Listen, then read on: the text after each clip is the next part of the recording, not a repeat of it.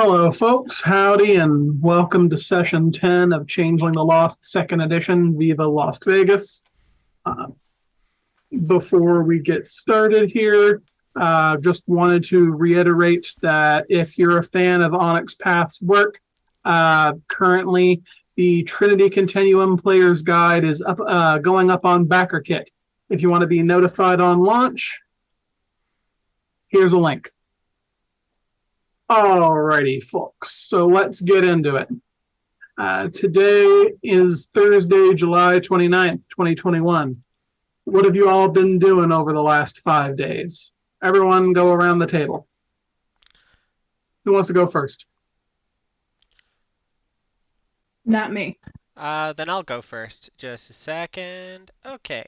So the first thing I did is we've been having a little trouble with Verona, Gleam Serpentine's sister, the Fey Touched, and so I decided I was going to kind of cut the red tape a little bit and go try and actively adjust her opinion of us enough that we can at least have a conversation. Which, well, I broke into her dreams, where she and her brother were apparently in a burning house. I'm guessing this is a strong memory from the past. And I put out the fire enough that they were able to get to an exit and left behind a good impression of Kenzie, a person who's going to be trying and talking to them and who had the biggest problem with them. Um, However, messing with people's minds directly is not something super great for changeling clarity. So I decided to spend some time going over my old notebook and making some drinks with the Grimalkins to try and get myself back on track, which worked out nicely. Um, then I went through the email chain that Gizmo found in that laptop with him and found some clues about the about Gatsby. Let me take a look through here. Uh, we found out that Buzz was a lot more respected among the bookbinders than Gatsby is.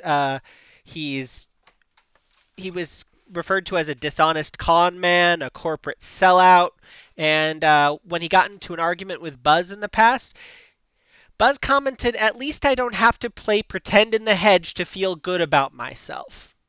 So with that, we've got another clue to who Gatsby could be, and potentially a way of figuring out and putting them behind bars. Uh,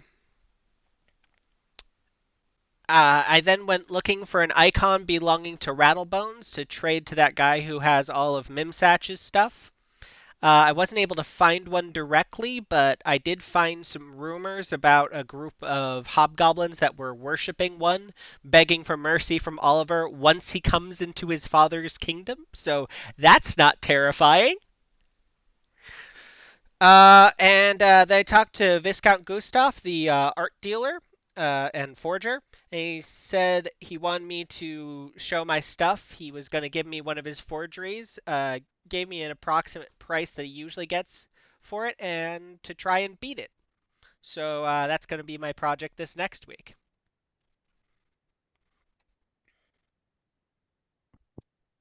Okay. Um, so Kit has been uh been busy. The first day, things things have been going so well with the horse that he had brought into the hedge. So he went to the goblin market and was able to trade it for something that suits his needs a bit better. Second day, I talked to Kelly, the fetch hunter, got a primer on fetch hunting and stuff like that. Then the third day, Kit decided to spend the day investigating his uh, I don't know what to call it. His adopted great grandson, Rupert.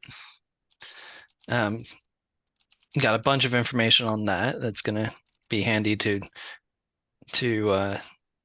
continue down on. Day 4 was hanging out with Delilah, getting to know her better, and getting caught up in stuff.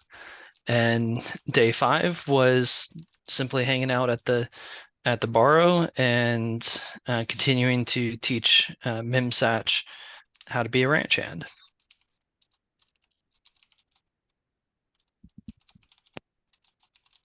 All right. And so now, can you guys hear me? Yep. Okay. Kenzie decided to do a lot of fun things. Namely, the first day she read through the entirety of Moggins's grimoire, which was big and long, and I now get +5 on all Animal Ken rolls Related to Grimalkins and the training thereof. related to Grimalkins and the training thereof. So that's what I did the first day during my downtime. And then I went to see if there were any jobs in the Winter Court that no one wanted to do. And I was rewarded with a quest that'll have to be done on camera at some point, where Madam Anybody has been seen going into Royal Flush and they want to know what's up. And I'm pretty sure I know what's up already, or at least Jack does. But we've got to track that down and figure out if she's a loyalist or if she's just banging the king. Well, the non-king. I invited. The president, I think he was. Yeah. Technically chairman of the board, but president is currently his title. Yes. I invited Verona to coffee to talk. We haven't done that yet, but she has accepted. She's just wary, which, yeah, I get it. And then I went to talk to Mario, our new favorite friend in the Spring Court, to see if I could hold drugs, not sell them, like for the passerby, etc., for people to pick up when they are selling or need to bring them somewhere. Just to kind of try and get that tie, maybe earn a few chips in the spare time. But also because I feel like Mario is going to be a good person to be friends with, and he said yes. So, and then I actually spent a lot of time with Bob during my downtime, helping him learn to walk properly and wear clothing and shoes, which is adorable. And that was me. All right, everybody. So unless someone has any thing to say before we get started, let's jump in. So where are you guys currently before we all meet up?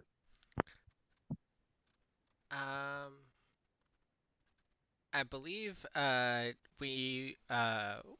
we're going to be getting to see the last efforts on Bob's awakening. So that would be in the Burrow, yeah. In the Burrow. All right, Kenzie, this is your show, so you narrate it. All right, so we're in the Hollow, and we've already seen Bob I haven't seen Bob sort of walk in session, but I have in our downtimes. So he's a little wobbly. He's wearing little black leather boots that are hedge spun, because Kenji is exactly the sort of person that would find those for him. We have not given him any weapons yet, but he does have a little bandolier just to get used to it.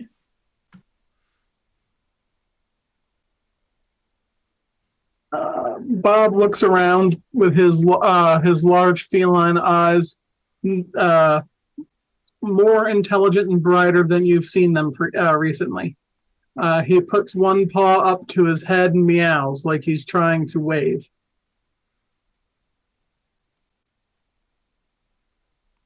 That's adorable, and I wave back.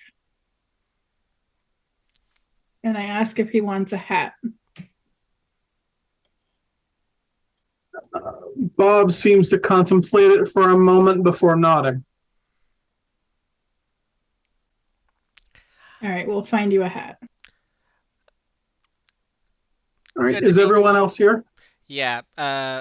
Elliot sits up from the countertop where he'd been vaguely mixing some alcohol together, and he reaches out a hand to shake Bob's paw. Good to meet you at last, Bob. Kit's around in the burrow quite a bit, so he's been catching the improvements as they've been happening. So Kit's sitting back and letting everybody else do their gushing. How's your horse? And how's your garden? Well, haven't quite gotten moving on a garden yet, but cattle are doing all right. I thought There. Elliot had a garden. No, I have a still which is running in the back. I need to spend some more time with that, but there's been a lot going on. All right. So with that, I believe we had an appointment with gosh, what was her name? Starts with an M. Minerva? Minerva today. You had talked her into letting us come along on one of their excursions. Yep. Did we need to do anything before that? Was there anything else that needed to happen on camera? Not that I know of at the moment, unless you guys wanted to do some stuff. I think that this is a Minerva session, so let's get going on that. Yep. Don't know how long that's going to take, and if we have time after, we'll figure out stuff to do. So let's go meet up wherever Minerva is expecting us. Is Bob coming with us today? I would like for Bob to come with us today. Absolutely. Alrighty. Alrighty. I do have the harness that I had for Clara that I will have for Bob in case he wishes to not walk. All right, and just to ask here, have you put any XP into him as a retainer or anything like that? Yes, I have put 2 XP in. Excellent. That means he can actually do things on his own. Wonderful. All right.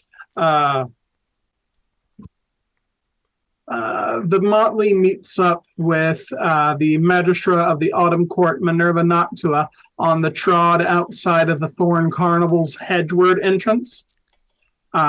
Today, instead of the somewhat dressier clothes she wore to the party, she is in full work gear. Heavy gloves, a flannel, big boots, and it looks like she's got a few small weapons about her person. She nods and waves at you, her huge silver eyes staring into the distance.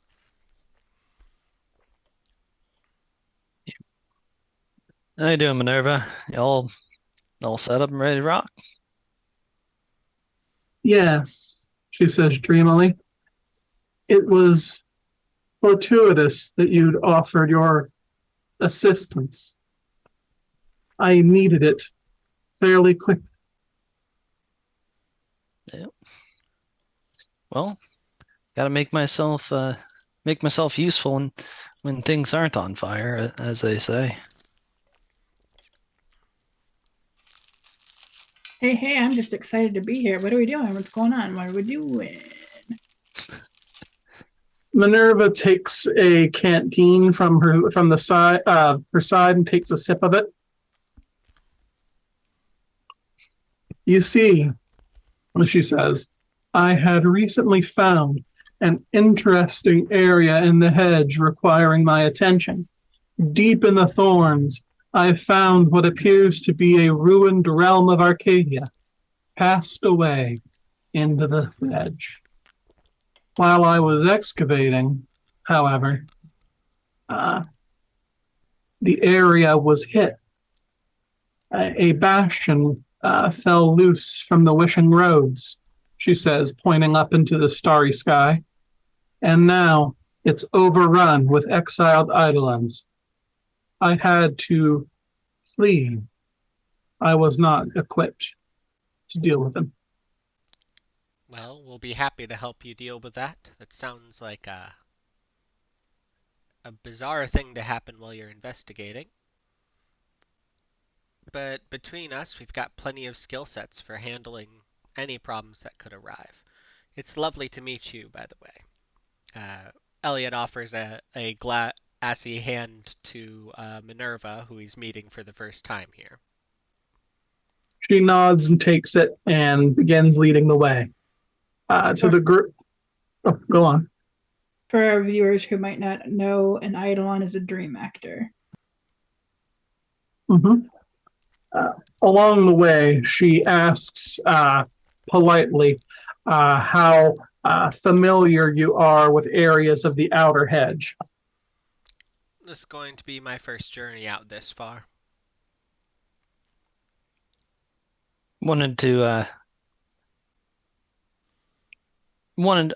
be a bit cautious when heading out off on my own in the hedge, so I haven't gone too far. I explore randomly, which I thought was close, but might be far. She nods and says, well, today we are going simply into the thorns, but I was wondering if perhaps you had been past the gates of horn and ivory and into the dreaming roads, or beyond even those, into the outer hedge. We have certainly been into the Dreaming Road several times. I've visited a few bastions in my time. She Yep. nods and go on. No, go ahead. No, go on. I was just gonna say I haven't been past that. She nods and says, the dreaming roads go up. She points into the sky. If you keep following them along their way, eventually you will reach past the dreams of mortal humanity and into the wishing roads, where dreams and wishes let go and no longer part of this world exist. Dead dreams, wishes, hopes, things like that. She hoots quietly to herself and says, it is a fascinating place, if you don't mind the heights. Certainly seems worth it. Exploration. I believe we might have something that belongs out there. She hoots carefully to herself and says, yes, this bastion that crashed belongs there. Bastions that disconnect from their dreamers for one reason or another eventually end up in the wishing roads. And sometimes, usually they break in the wishing roads and that will be that. But sometimes they fall loose even from there and crash into the hedge as a shooting star.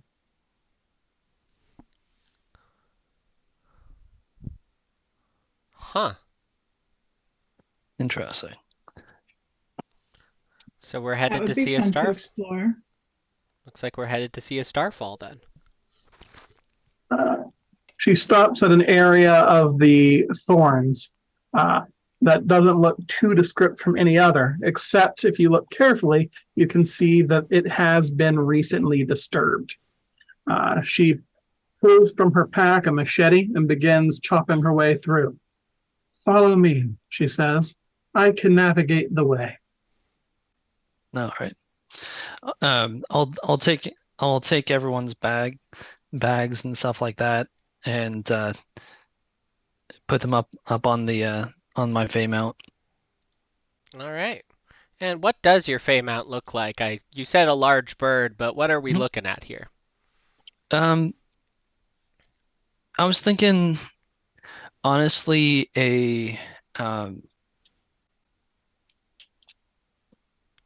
Is this like an eagle, a falcon? What we thinking? um, I'm trying to think of how to put this.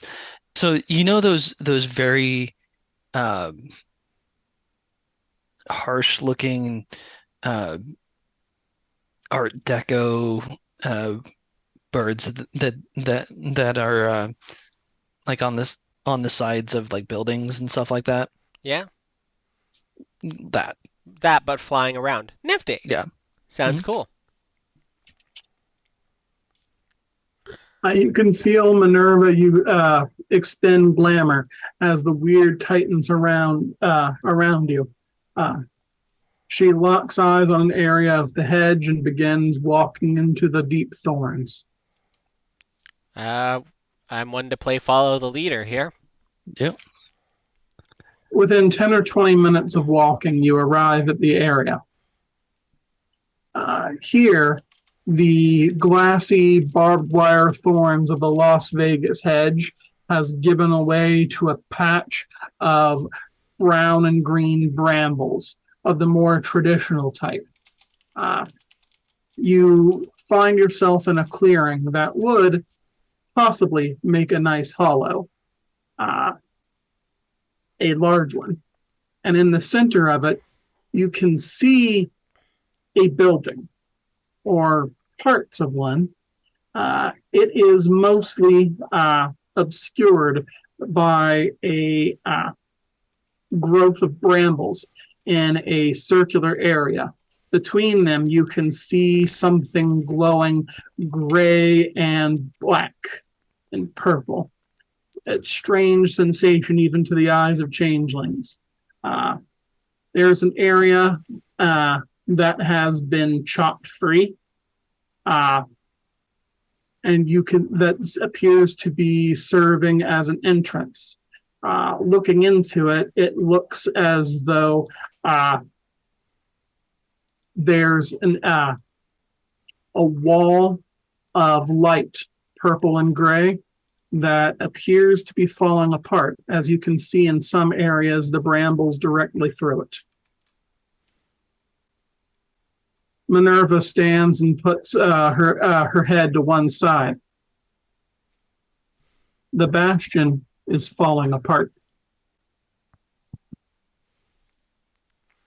Is is that can that cause damage to what you were looking into? Potentially, I left because the Eidolons were hostile. I do not know why. Well, I suppose the first thing to do would be to investigate, locate the eidolons, and see what an appropriate approach would be. Yeah. She heads up to it and says, I was able to ascertain the key to this bastion. She fumbles around in her pack and pulls out a small, well-worn telescope. She holds it out, and the glowing black, purple, and gray light of the bastion uh, coalesces into what appears to be a airlock door. Oh no.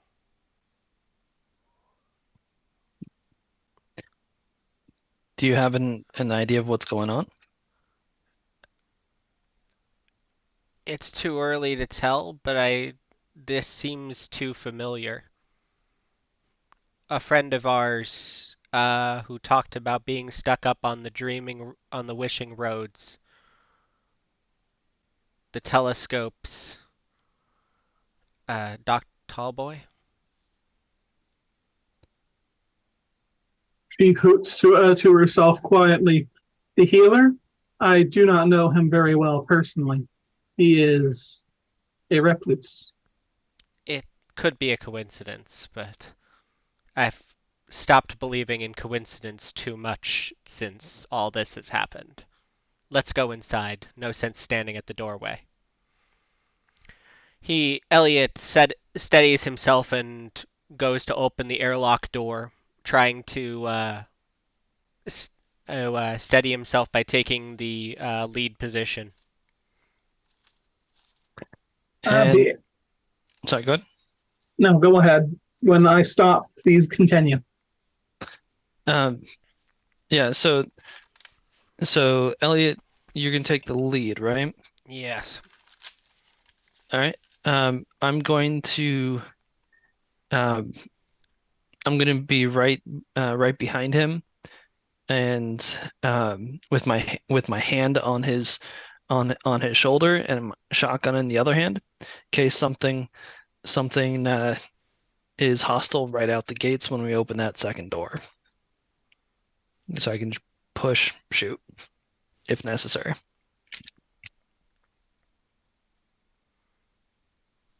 Going through the airlock door, the group of you find yourself standing on the surface of the moon. Gray rock stretches out as far as you can see. Looking into the sky, you can see blackness, stars, and the large blue marble that is the Earth. You can also see areas where the bastion has fallen away, from which you can see the thorns rolling around the bastion from the outside. From here, it hits all of you that the hedge is attempting to keep the bastion at bay. Looking around further on, you can see an area about 100 yards ahead where the bastion has broken around a large building. You can see what it is now.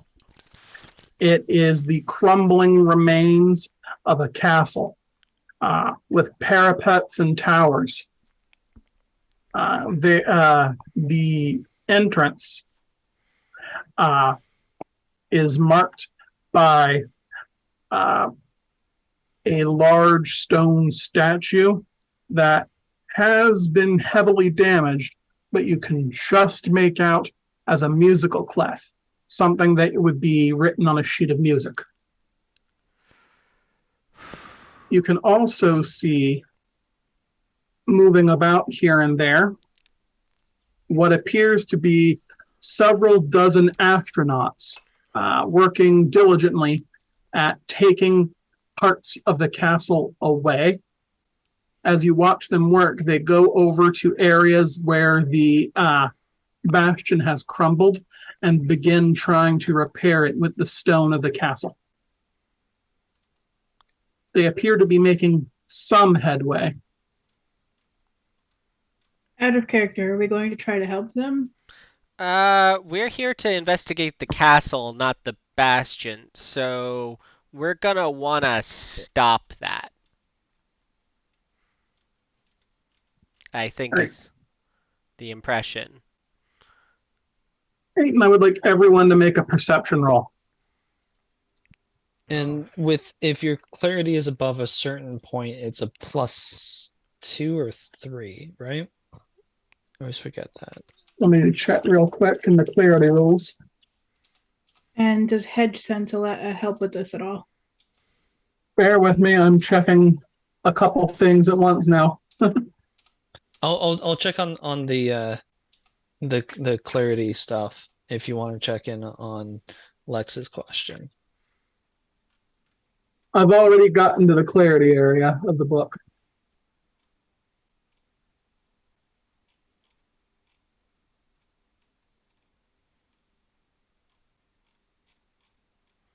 Okay.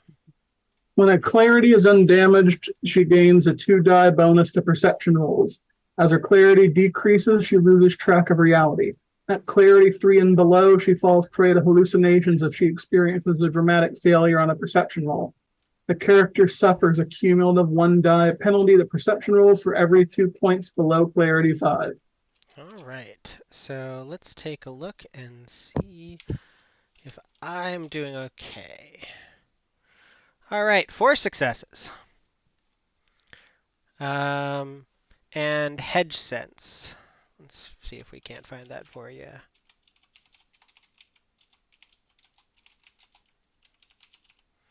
Especially skilled at finding our way in the hedge, gain a 2 die bonus to all rolls to navigate the hedge to find icons, food, shelter, or goblin fruit there.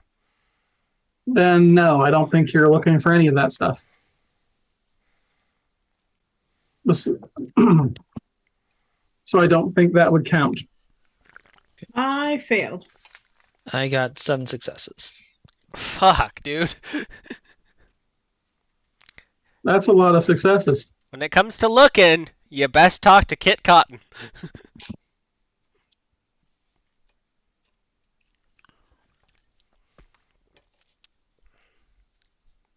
Alrighty.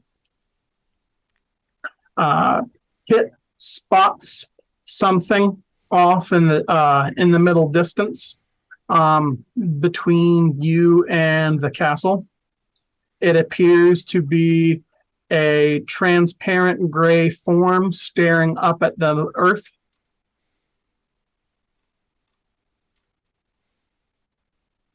Do I have any preference for how tall or short it is? Looks to be relatively human size. Okay. I'll point this out, and I will see if I can get a better look at it through my scope.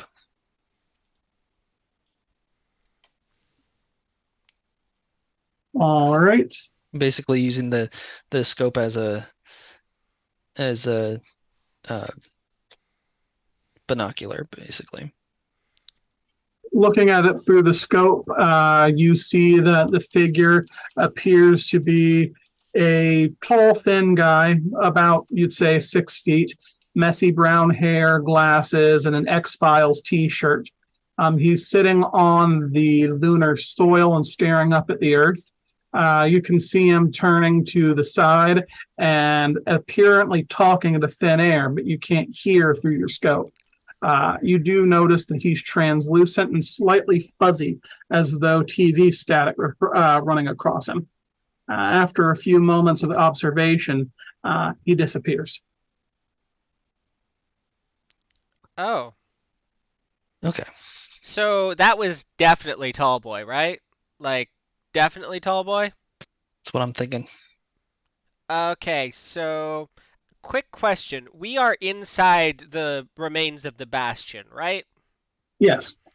I am a changeling and have access to the senses of this. Am I in here? Am I oniromancing or am I head spinning? Oniromancy inside a bastion. If it collapses, you'll be hedge spinning. Alrighty.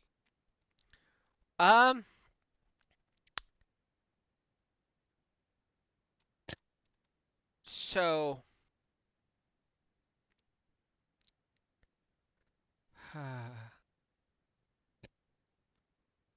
Okay. What you got, Lex? I would like to do a manipulation plus persuasion to convince these eidolons that this is not the bastion you're looking for.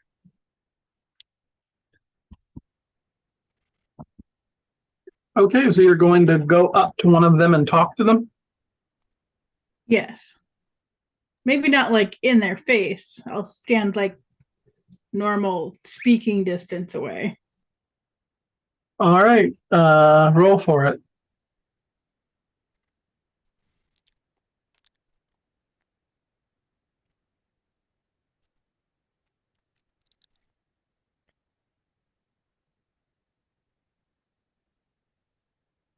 Three successes.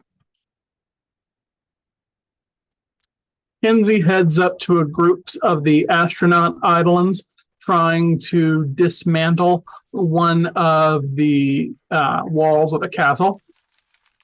What exactly did you want to say to them? And are you going to use this for for Oniromancy or not? I was going to use it for Oneiromancy. Okay, that means since you got 3 successes and you get successes equal to the amount above what you needed to do something, that means you've got 2. Did you want to do a subtle shift or a paradigm shift? Page 218 and 219, respectively, kids. Thank you. Okay, I'd like to can I use half and bank the other? Banking costs 1, so you'd be banking 1 total. Okay, then I'd like to introduce a hazard to the scene. A wall of thorns in front around the castle. So as a subtle shift or a paradigm shift? A subtle shift. Okay. So a wall of hedge thorns comes up around the castle. The astronauts that you were talking to turn to look at you, and you get a better look. From this close up, you can see that their spacesuits are ragged and full of holes, and that the visor that should hide their faces has been cracked open. Inside, you can see the mummified corpse of an astronaut staring into space. They appear to be listening and watching you, but you can't be sure. You can't use this wall. It's covered in thorns. You have to go find rocks from over there. I point towards a nearby hill. The Eidolons, as a group, begin to shuffle over towards the hill. All right. This is going to be a good fix for now, but collapsing the bastion, I feel like, is going to cause more problems for our investigation than solve them. So I'm going to start chewing together some successes for a paradigm shift of significant scale. The one I have in mind is 8, perform 1 impossible action the changeling couldn't normally perform, like fly to a single destination, survive decapitation if it happens in the next turn, or turn someone into a cockroach. The idea I had is simply sewing the holes in reality shut. So I'm going to be working on that to start building that action. I think I'm just going to start mortaring together the fragments that they've already started stacking here. Which how do you feel about a crafts plus wits, maybe? Not sure. Wits and crafts would make sense to me if you're getting material. All So since you want to bank, that means you're going to be doing a paradigm shift. Indeed, I am. I'm going to start building up shift conditions while I'm doing it. So that's going to get fun. All right, we'll make your rolls. All right. Remember, you can only bank 5 at a time. I got a silly idea. Oh, I would like to use wits and animalkin. banking 2. Wits and animalkin to convince the rabbits that live on the moon to help the astronauts that are pulling rocks from that hill over there and bringing them over. I mean, they are your relatives. Mm-hmm. For those of you playing at home, a Japanese folklore thing is that there are rabbits up on the moon. Yep. Does that work for you, Kenny? So you're making a subtle shift then? Yeah. All right. So, Elliot, you have 2 dice banked. Mm-hmm. I got nothing. And you have the Dream Infiltrator condition. Should get fun. Kit reaches into a hole and when he brings his hand out, a rabbit has latched on. It's painful, but doesn't draw blood. As soon as the hand and the rabbit is out of the hole, the rabbit lets go and runs off into the night. Well, that didn't quite work. I guess the relatives are too distant here. Yeah. Minerva hoots quietly to herself. It looks like the Eidolons here are attempting to fix the bastion. It will not work, but they may put off the inevitable. That could interfere with my work here.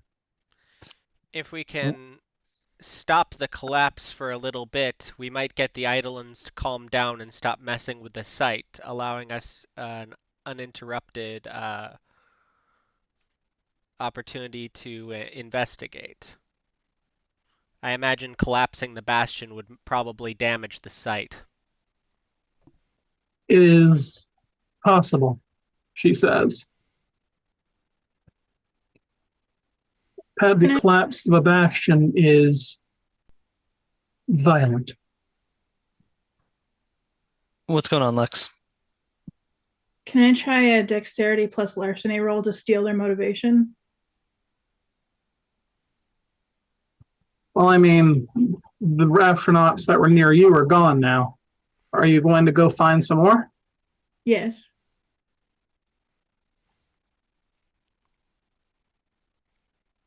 Okay, if you want to do that instead of going in, then I can't stop you. Make your rolls. Oh wait, we have the option to just go in? Yeah. Oh, well, Let's go okay. in. Yeah. We've cleared away the Eidolon, so yeah, we can do that while I'm banking up successes to pause the damage. I was planning on doing a subtle shift to just give you an extra plus whatever my successes are on your next roll. I don't think. The equipment one? Yeah. Well, we can do that as we're going in.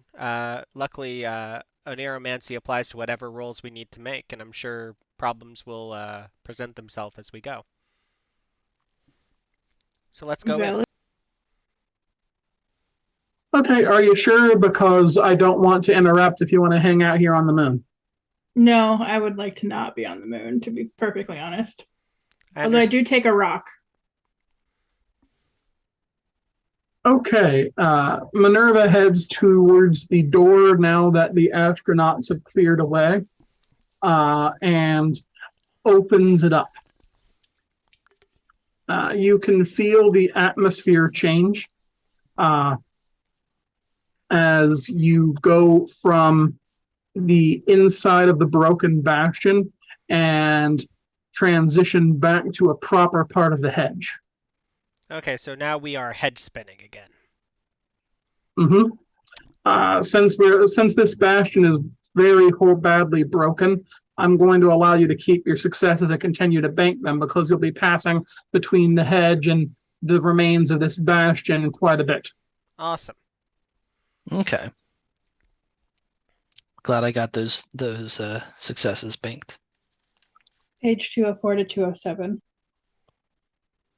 Inside this area, you see a huge sweeping front hall. In the heyday of this castle, it was probably incredibly grand, but now the tile is broken, everything's covered in dust. There are the remains of hobgoblins who may have lived here in the recent past, but you certainly don't feel them see any living ones right now. What dominates most of what you can see is an array of musical instruments, huge harp, piano, cello, that once would have been incredibly valuable, but now lay in pieces, broken, tarnished, all around.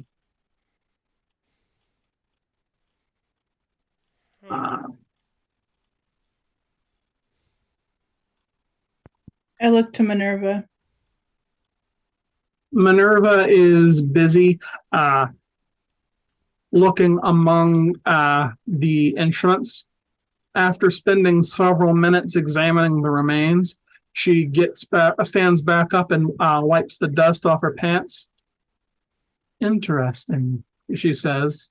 I can see that seal of the clef everywhere. It was likely the seal of the true Fae that owned this.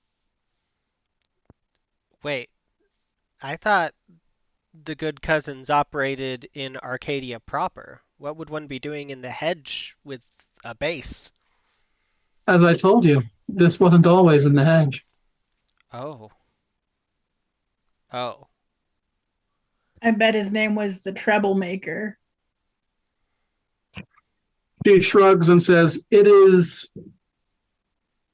common for an abandoned realm to slip into the hedge, as it is likewise common for the good cousins to try to steal bits and pieces of the mortal world along with us. Okay. I do not know what happened to the true Fae that owned this. Perhaps he simply lost interest. Perhaps he was consumed by another of his kind. So we've got a lot of stonework and like markings around here and like the pieces broken off, yeah? Yeah. I think to try and give Minerva a better picture of what's going on, I'm going to see what I can repair and kind of plaster back together. We've got enough hedge stuff and dream stuff to kind of make things stick. Would you accept a wits plus crafts on that one? Hedge Maybe spinning is very similar. Are you trying to hedge spin? Is that what I'm asking? hedge spin or oneromancy or whichever one is in that general shape right now. Hedge spinning is similar, but not quite the same thing. So Any mundane action a character takes in the hedge can pave the way towards hedge spinning. Although the shifts reflect the emotions and general mental state of everyone involved, the results can have unpredictable side effects on exceptional successes and dramatic failures. Before each action, the player decides whether she wants it to generate shaping successes or not. If she does, the action takes a dice penalty depending on where she is. -3 on the trod, -2 in the thorns, or -1 elsewhere. If she generates successes in excess of what's necessary to succeed at the action, she may immediately spend 1 glamour and allocate those extra successes to hedge spinning. She can spend hedge spinning successes to change details about her surroundings or learn secrets and shortcuts. A dramatic failure on a roll designated for hedge spinning incites bedlam in everyone present. So, you want to make a hedge spinning roll? yes. All right. Yeah. Can I assist? Sure, that makes sense to me. Okay, and you said wits plus Crafts was what I was going for. crafts. We're trying So to make your repair. teamwork roll. We're trying to repair the stonework here a little bit to help with deciphering what's going on. Actually, I think I would like to instead do a wits and investigation to see if I can find any like secret panels or trapdoors and stuff like that. Okay, so shall I finish my thing and then you do yours? All right. And Kenzie, you were gesturing? I was going to vault heavier some instruments.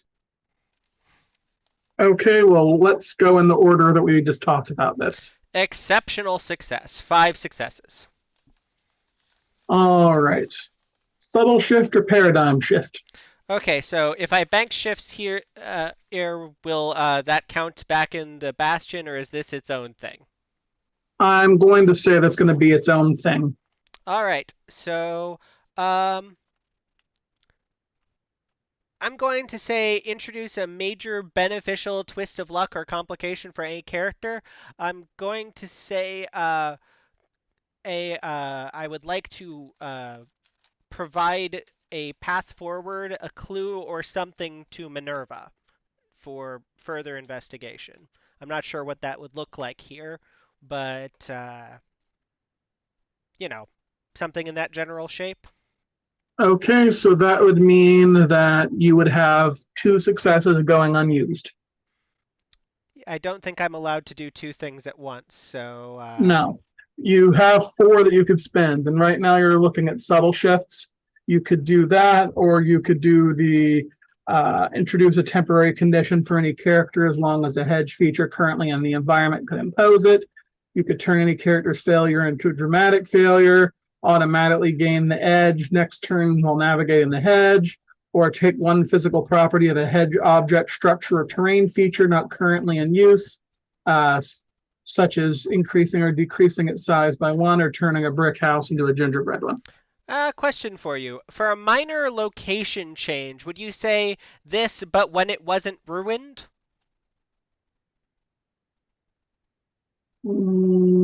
Sure. All right, so I'm going to hit the rewind button. This place is coming back together in perhaps more effectively than I thought I could.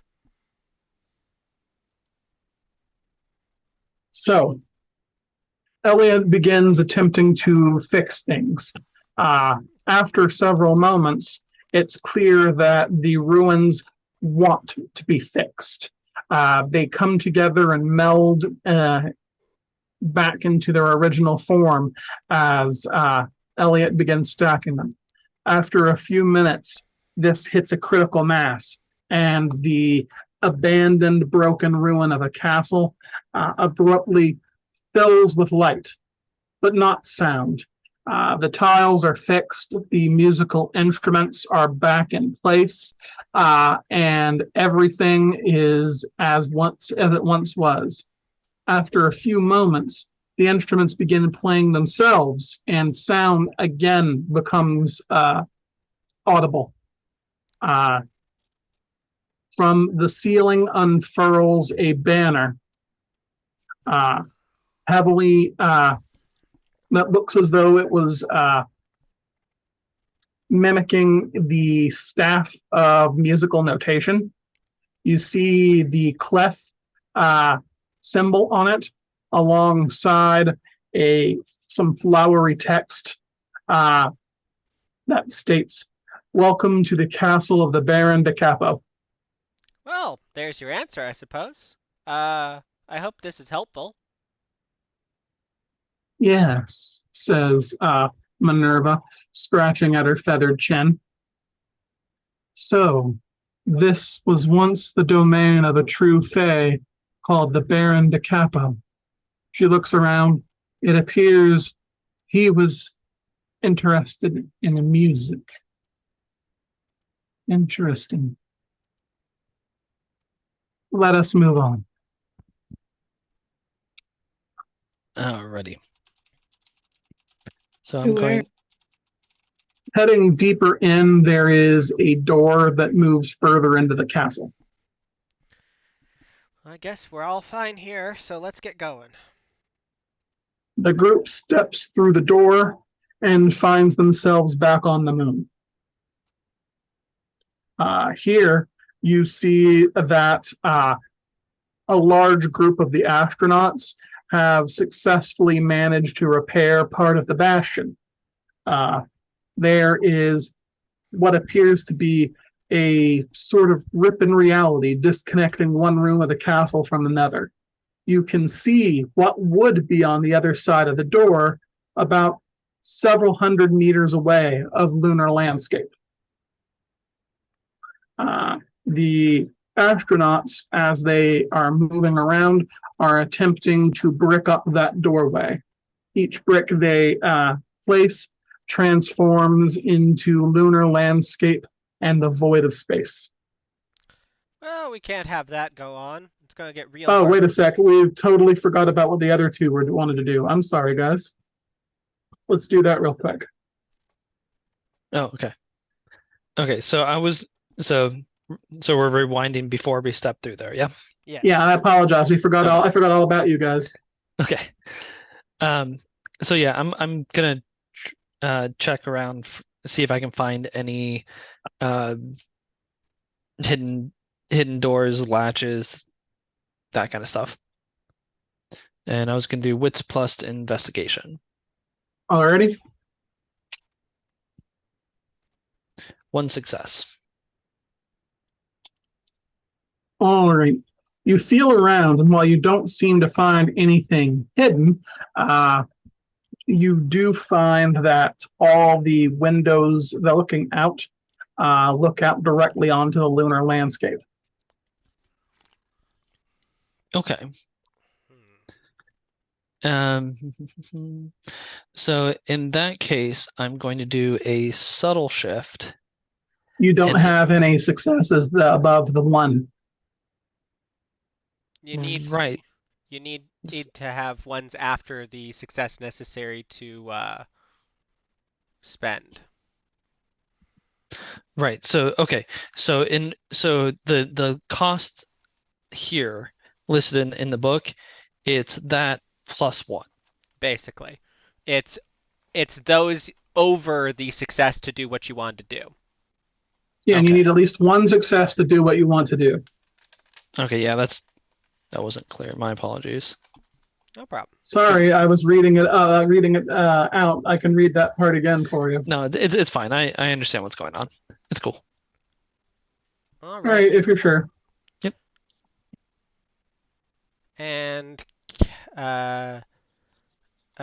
Kenzie, I believe you were wanting to mess with the instruments? Or- Yes. Are there any like smaller instruments? There are violins, woodwinds, things like that. Yes. I'd like to find a small flute or piccolo, and walls have ears it to gain the informed condition as I'm a darkling about the object's owner. Sure. So That's- that will give you the informed condition about the Baron de Kappa. All right. So So let me know when you want to resolve it.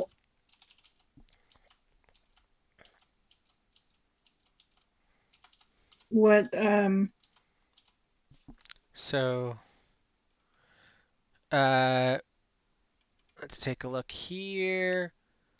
So, which of the three questions did you want to ask about the object? Because you also get that. How the object is constructed and its weak points, or how to use the object to best effect, or a vision of the person who last handled or touched the object, as well as the circumstances of the scene. Yes, that's true. I'd like a vision. Knowing what he looks like might help. All right, a vision of the person who last handled the object.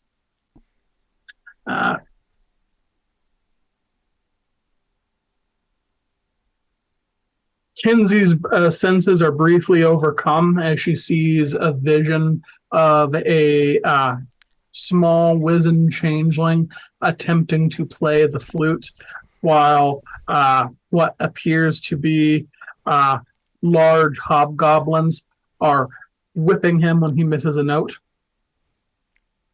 The tuxedo he wears tears and soaks in his blood. This causes him to miss more notes and the beating grows more savage. You can hear someone laughing above all this, and you see a true fae towering above the scene, 20, perhaps 30 feet tall, bald, wearing a tuxedo and a bow tie with a baton in one hand, as though he is conducting the screams. Does the changeling look familiar in any way? No. Wow. The vision fades. You all right there, Kenzie? Nope. Let's keep going. Yeah, sounds like it. Yeah. Anyways, so Okay, sorry about that. We're back on the lunar landscape I had described before. That it appears as though the bastion had reasserted itself in this area and separated one room from the other. What would have been a simple threshold to step over is now several 100 meters of lunar landscape. And before we jump into this, I wanted to also ask everyone to roll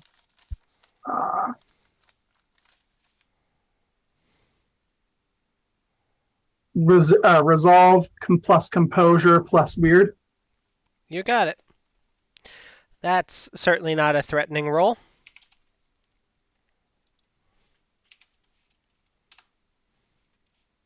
Two successes. 2 successes down the board. 2 successes. Wait, what happened to my roll? Just Oh, yeah.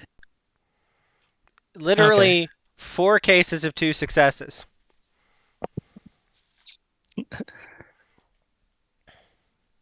I certainly hope 2 is enough for whatever we needed to do.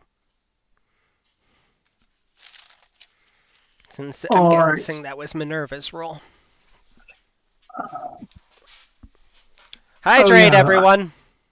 Oh yeah, Minerva needs to roll too. Thank you. Oh, that's Thanks a for the terrifying hydrate. notion.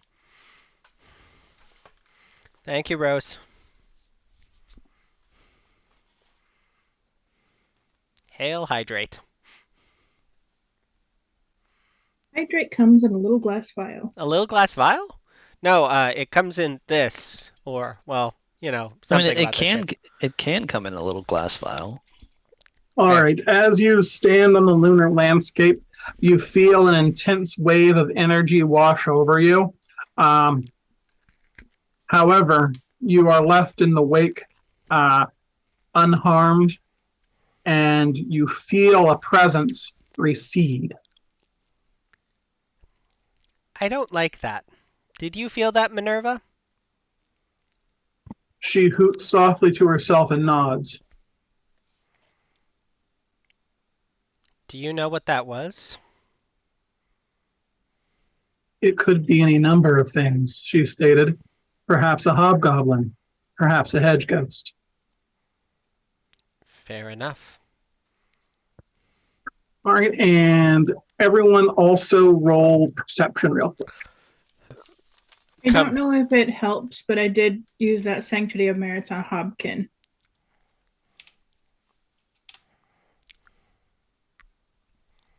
Three successes.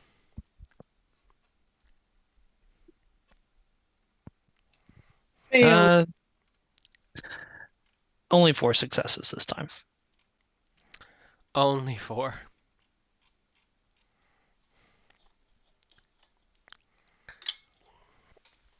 Just take a look.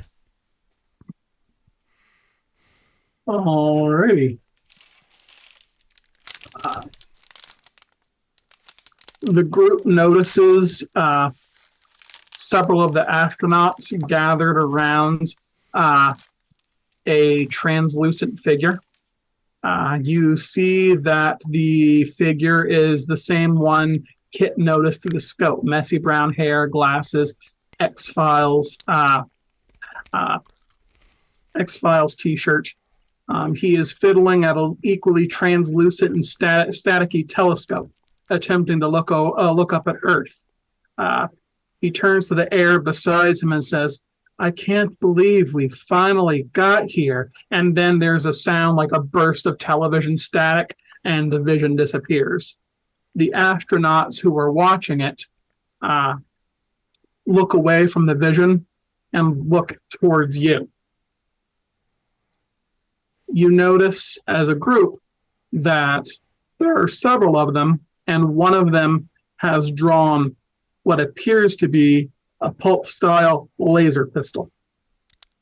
Of course. So, guess we're rolling initiative, unless you guys got a better idea. Yep, everyone roll initiative. I got an idea real quick. Okay, you got an idea, so we can try that first. I can do a neuromancy, right? Yes. Okay. I would like to lasso the other door and bring it to us. All right, that's certainly possible, but we're going to have to roll initiative first. Okay. The violence is going to break out.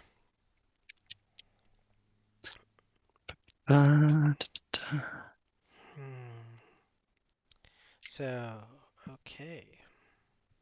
I'd like to pop a glamour and pop up vigilance varies. Is that an instantaneous? Yes. That lets you know if anyone's being hostile. It also gives me a modifier to my initiative rolls. Okay. I made a bad roll that I really wish I had made a different time. So, oh well. I misrolled and wasted 5 fucking successes. Okay. This is why it's important to pay attention. Okay, so that's going to be a grand total of 7 for me.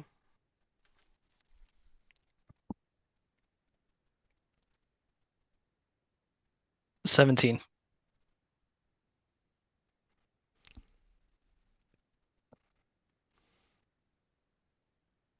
17.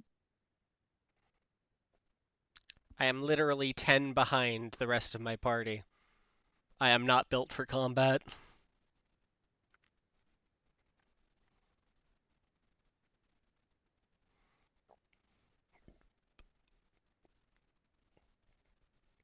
Alrighty. So let's see. Kenzie got 17.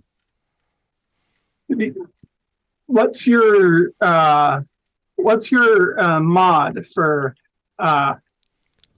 initiative, Elliot? 10. 6.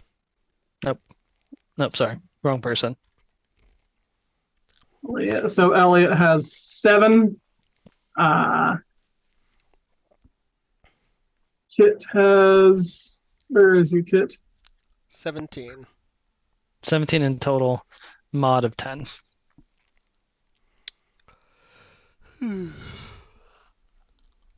All right, let's have Kenzie go first. And let's see. The astronaut with the gun has 11, and the other astronauts have 6. So Kenzie, Kit, astronaut with a gun, Elliot, and then the other astronauts. And Minerva? Oh yeah, I almost forgot that she's here. And Bob? Bob is a retainer. He's 2 dots, right? So I just roll his 2 dots, his 2 dice. Oh, wait a second. Yeah, whatever. So.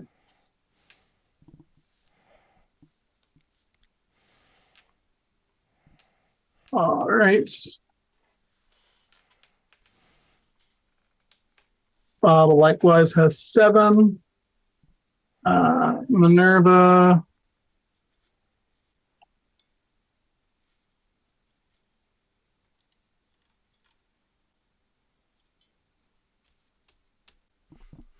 All right. Discord, work with me here.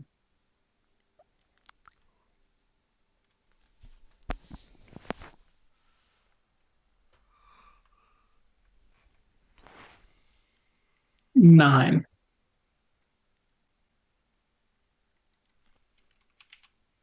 All righty. So Kenzie, you go first. I would like to use dexterity plus larceny to steal the gun from him. Okay. Are you going to want to do dream weaving or just steal the gun? Out of character, do you guys have a preference? Not especially. The thing is, because it's going to be an opposed roll, because you're going to be taking the gun from him, you're probably not going to get too many successes to bank off of.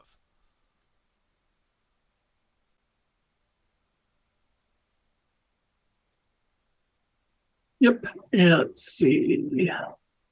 So this will be an opposed roll. So you make yours and he'll make his.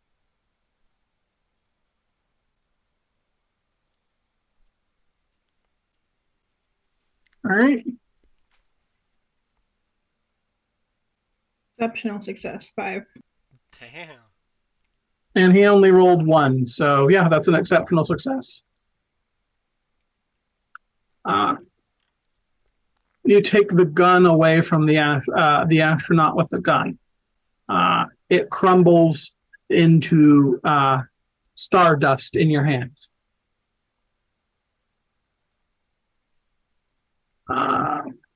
Next would be Kit. Okay. Yeah. So I would like to do strength plus athletics to lasso and pull the door to us. All right, be my guest. Make your roll. Dun-dun.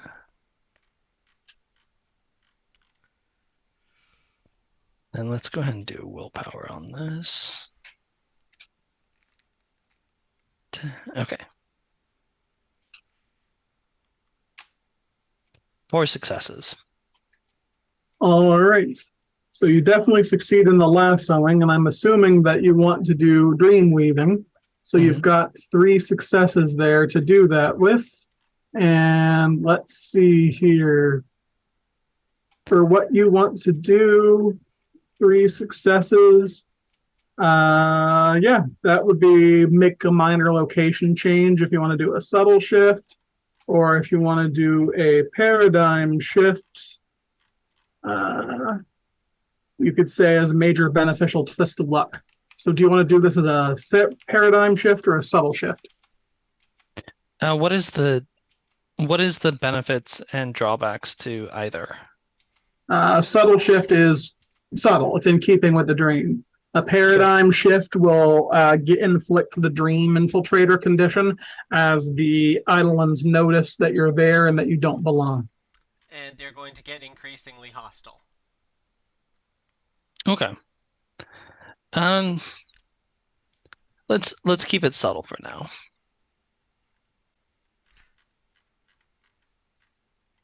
Okay. The Kit lassos the door. The rope winds around the rip in reality that signifies the entrance to the next room of the castle and pulls it closer.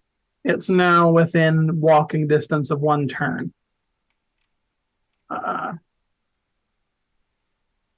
It is the astronaut with the gun's turn. The astronaut formerly with a gun. He looks at his hand in frank astonishment and instead advances towards Elliot with fist raised. What's your defense? My defense is that's going to be 5 right now because of the armor I'm wearing. All right. The astronaut attempts to hit Elliot, but is not able to make contact through the armor. Awesome. All right. Minerva's turn.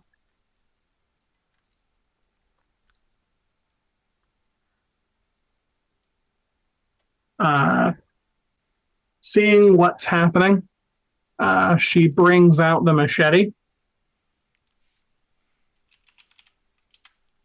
and makes a roll.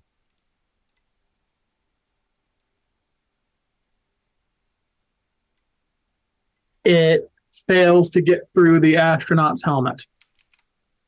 She hoots in distress.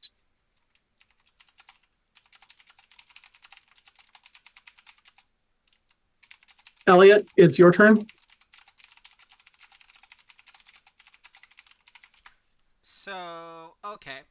I've got a person up in my face who wants to do some violence to me. And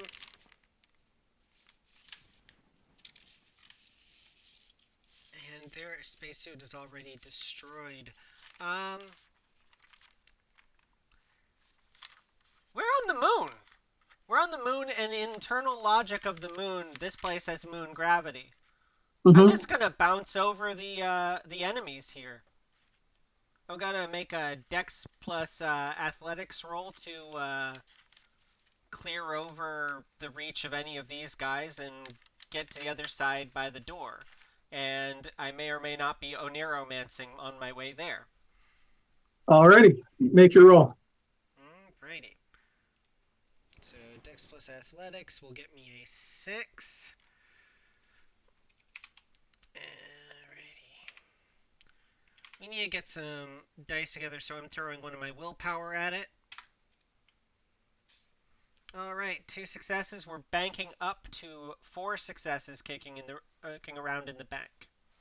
Doesn't it cost a success to bank a success? The bank successes. Oh, you're right. So I'm down to 1, and then well, subtle shift. Then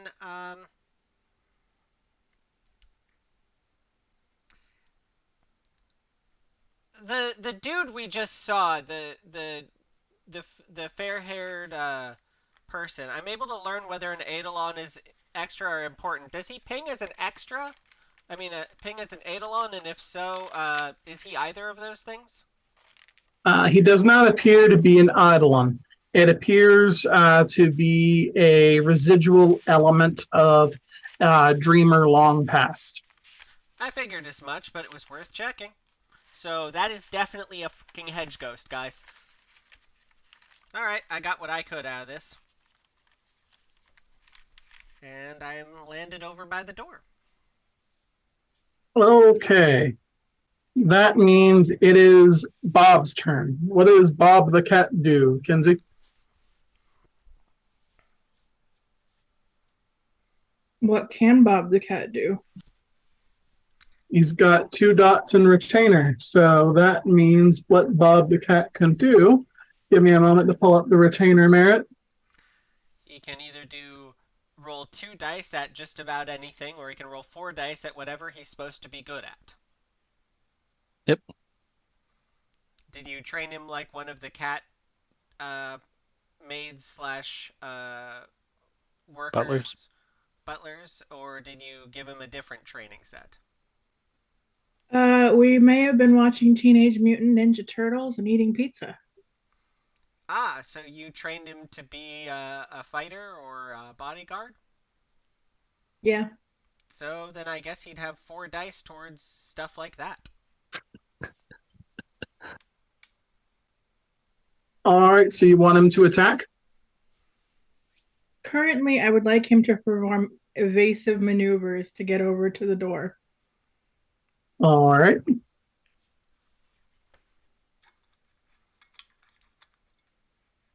One success. Bob makes it over to the door, scurrying across the lunar landscape. He's less than a foot tall, being a kitten, even on his hind legs, and is able to simply run between the legs of the undead astronauts.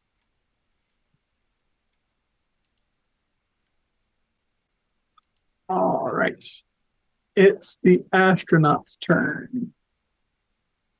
There are 2 other astronauts who never had guns who are paying attention to you. They stagger forward and attempt to hit Penzi and Kit. What are your defenses? I would be at a 5 defense because of the armor I'm wearing. I would be at a 5. Okay, so they're reduced to a chance die.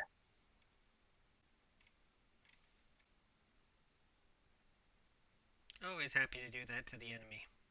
And neither of them are able to get through your defense. I stick my tongue out. The astronauts do not appear to react. Top of the action order. Kenzie, your turn. I make for the door. Right. Kinsey breaks away and runs through the door. Kit? I do the same. All righty. The astronaut. Yeah, Can I have grabbed Bob on the way past? sure. The astronaut, formerly with the gun, turns towards Elliot again. Elliot, what was your defense? That should be 5. All right. He is able to get through your defense and land a clumsy blow on your shoulder. Take 1 bashing damage. All right. Does that get through my armor? Yeah. Well, what's your armor rating? I believe my armor rating is 4-3. Let me triple check that. So yeah, that would get through your armor. You don't take bashing damage. Sorry, 3-5. My apologies. 3 normal, 5 ballistic. And the normal armor downgrades damage, as I believe. So bashing would go to nothing. Awesome. Well, I was wearing this armor for a reason.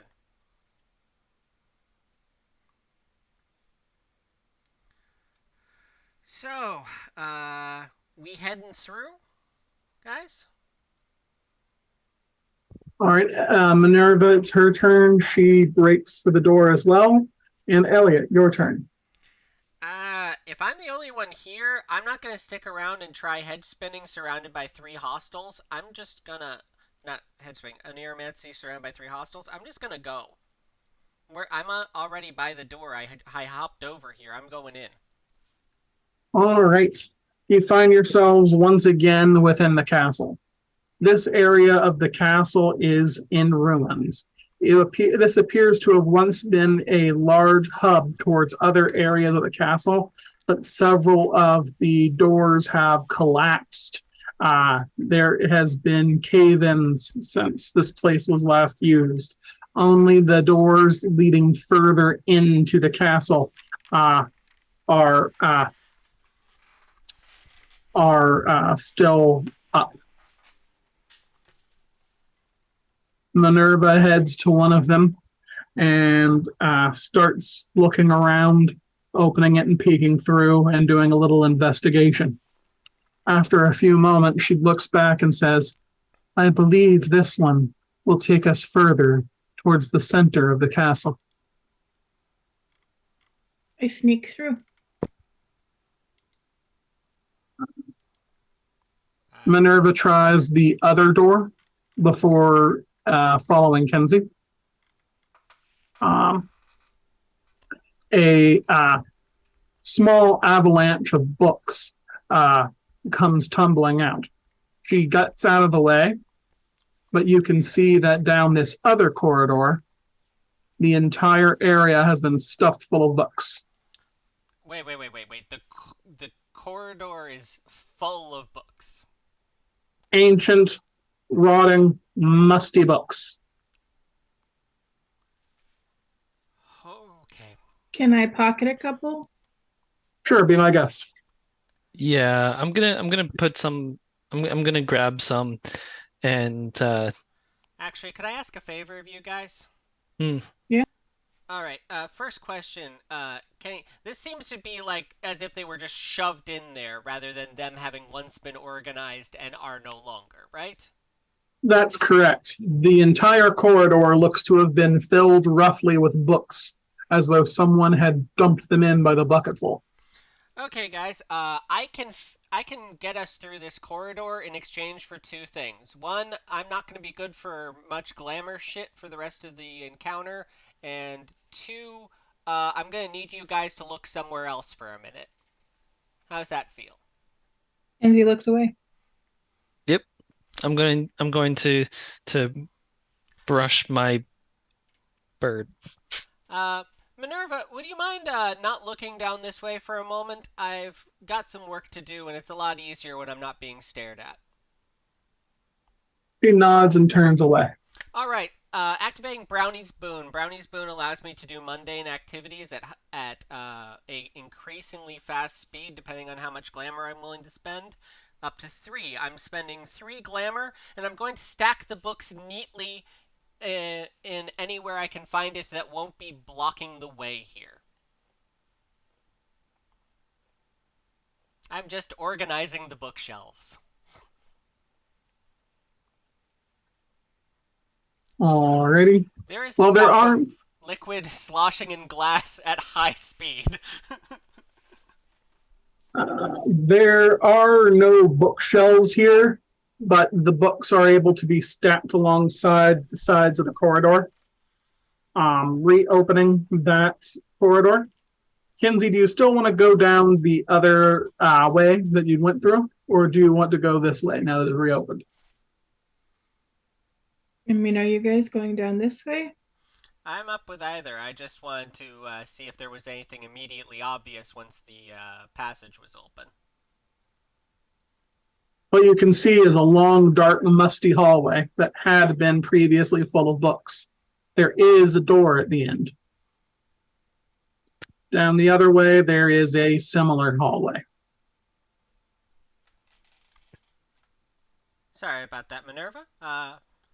Dealer's choice on where we're going. This is your show, but I figured you'd want at least the option. Minerva shrugs and says, "Then I will go this way. Do you wish to go down the other path, Kinsey, and see what you may discover?" Yes. All right, so Kinsey and Bob go through door number 1, and the rest of the group goes through door number 2. I'm going to stay with Kinsey. Oh, okay. Then Minerva and Elliot goes through door number 2. Okay. All right. Does Minerva have any battle skills? I'm not going to tell you that, but she doesn't look like a fighter, no. Because Elliot does not. Hey, Let's switch. yeah. So I am going with Kenzie, and we're going to head into the first room, and Sniper is going with Minerva to make sure everyone's got a battle buddy. Yep.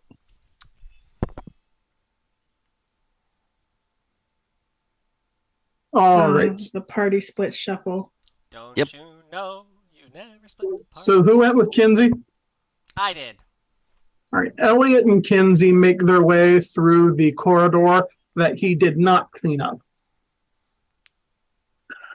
This corridor leads into what appears to be the ruins of a disused music hall. Here and there, periodically around, you can see large piles of books in area over top the seats. They're not organized. They're not stacked. It is simply as though they were just tossed there. The seats go up and up and up and lead their way towards a large door at the far end of the auditorium. You are near the stage. There was once a fine curtain here, but the remains are ragged and moth-eaten, and most of it has fallen onto the stage. There is the smashed remains of a piano directly in the center of the stage. You see from the piano itself, there is what appears to be a large bronze sword. It is old and has oxidated and tarnished to the point that it looks like if you pulled it out, it would crumble. Wait a second. So this is me and Kenzie, right? Yes. Kenzie, can I see that sword you've got? You know, the one. Yeah. Do they look even remotely alike? The silver sword forged by Leo? Absolutely not. Okay. Sorry, I'm getting some bad paranoia spikes here. I'm gonna go investigate the sword as best I can without touching it. All right. Give me a wits plus investigation roll. All right, so I'm gonna try and sell you on something. I know how things are made, and I might be able to get more out of this thing by looking at the craftsmanship and how it's constructed than I might simply trying to look for context. will you take a wits plus crafts roll? Sure. Can I assist with a wits plus investigation? You have to make the same roll of your assistant, I believe. So Lex, why don't you do an investigation roll while he does that? You'll get 2 separate pools of knowledge from that. Yep, valid. Do you also want to investigate the sword, or do you want to investigate other things here? I would like to investigate the sword. All right. Make your roll. All right. So that's 3 successes for my wits plus crafts. All right. Exceptional. Fuck, dude. Elliot can see beyond the rust and tarnish that this was an exquisitely made sword and very large. Kinsey notices immediately, looking at the workmanship, that this looks very much like the bronze swords that the bookbinders wield, but sized up many times.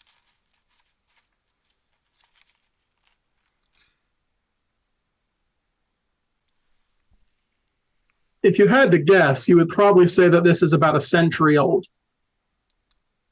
Okay, so, out of character moment. There is a path I could take forward that is potentially incredibly stupid, but we have a sword sticking in a stone here, and there's kind of something that calls to be done about that. I could fix it up and maybe retrieve it, but I'm sure that that's going to cause all ends of problems. Do we want to do the stupid thing?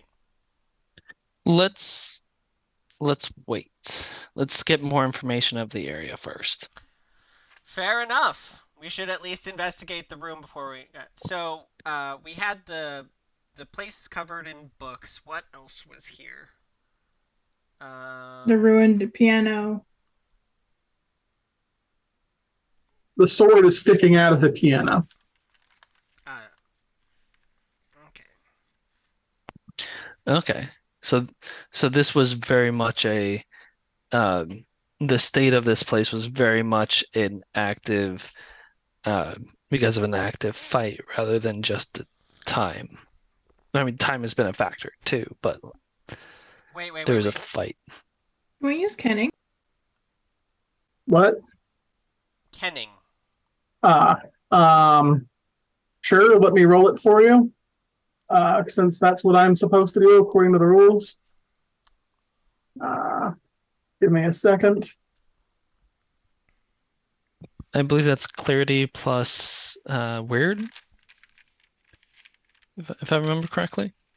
So what's that value for you, Lex? Give me a sec and I will confirm. It's on page 107. Spend a point of willpower and roll your current clarity. What's your clarity? 4. 4? And that's your current clarity, not your max? Yeah. That is also my max. Oh, congratulations on not being damaged. Success. So you attune yourself to the weird and try to sense the presence of fey magic. What you feel, this place feels like a mausoleum. There might have been something here sometime in the last few decades, but it feels like nothing alive has been here for at least 5 to 10 years. And nothing's pinging out as magic, especially, you know. No more than anything else in the hedge. Okay, so we've got books here, but we've not got individual books. We've got books like as mass here. So here's my pitch for you. The Lord of Tales was here and killed this guy, and unless his title is being used for something back at home that I don't think any of us remember, that means it's kicking around spare. And we heard the thing about my father coming into his kingdom, and we're seeing the bronze swords around here.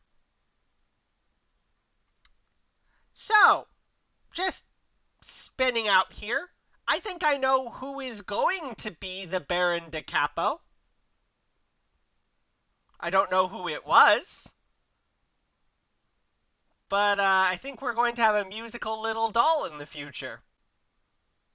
Do you have anything? Mr. Oliver Oakhart. Do you guys have anything else you want to do in this room, or continue onwards? I'd like to continue on. All right, then let's go over to Kit and Minerva. Yeah.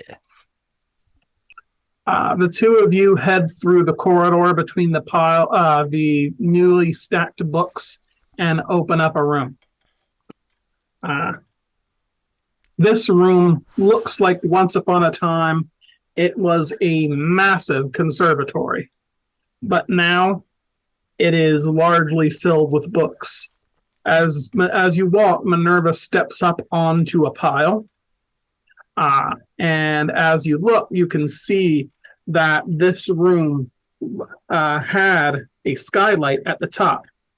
The glass was broken long ago, and judging by what the angles, it looks as though there was what appears to be a landslide of books from that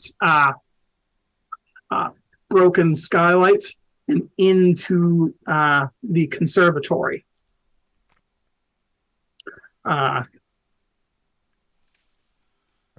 The books are everywhere. Minerva looks around and sees if it's possible to get through any of the doors, but it looks like they are blocked by the books, except for a door on the second floor. The pile of books is such that with some elbow grease and a little bit of athleticism, you could climb up there and onto the second floor. Okay. I think so.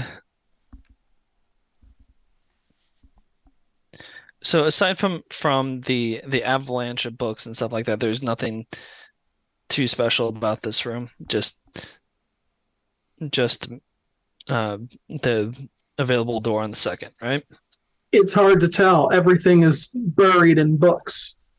Okay. I'm going to see if I can kind of follow Kinsey's example and try a kenning roll. Said it's spend a glamour, and you roll that? Willpower. Willpower. My apologies. All right. What's your clarity? 8. And it's full? Yes. Well, that's an exceptional success. You close your eyes and attune yourself to the weird.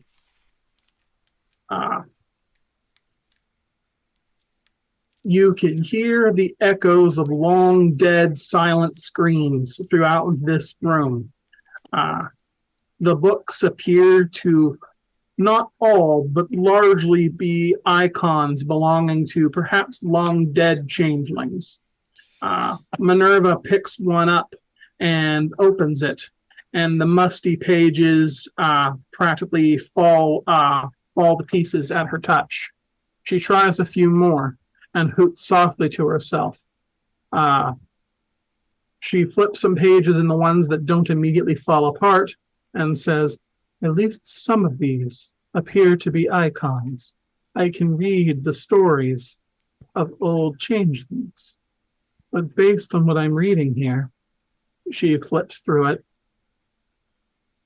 "some of these changelings would have had to have been taken in the 1700s, perhaps 1800s.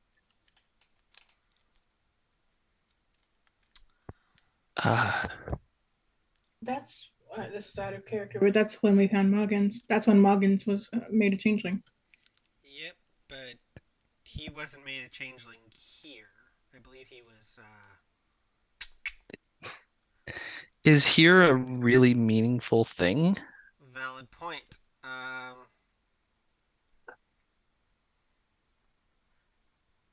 Hey,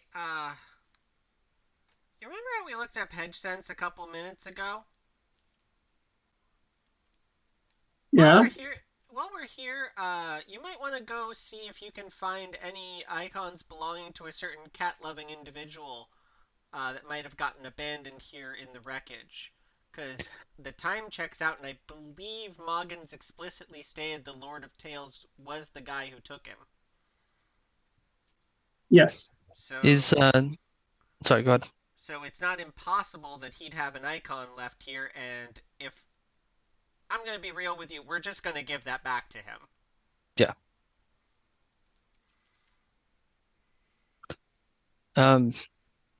Is there anything that is pinging the kinning especially hard? Not especially. These are long dead icons, bits of souls that have passed on ages ago. Okay. Um, I'll so I put my hand on Minerva's shoulder, and I just kind of shake my head. They're all icons of the dead. She nods and says, "Very likely." She hoots to herself and says, "These appear to be related to the Lord of Tales, but this is not his domain." Or perhaps it was, at one point, she shrugged. There is no telling whether the Lord of Tales and the Baron de Capo were the same Fae. Yeah. Not sure if this was the not sure if this was him ending a feud or switching titles or something. Perhaps there are more clues further on. Yeah. Let's Minerva attempts to scrabble up the pile of books and is able to do so, ending up on the balcony for the second floor. okay. And I will do so as well. Dexterity plus athletics, please. She's actually pretty athletic, isn't she? Well, they are out here playing Lara Croft Tomb Raider, so. Mm-hmm. So one success. All right. The door here leads to a bridge from parapet to parapet. As you step out, you find yourself walking on the parapet above the lunar landscape. Below you, you can see the astronauts going about their business, attempting to disassemble the castle. So one of them appears to have found a hammer and is banging away at the walls, successfully chipping them down.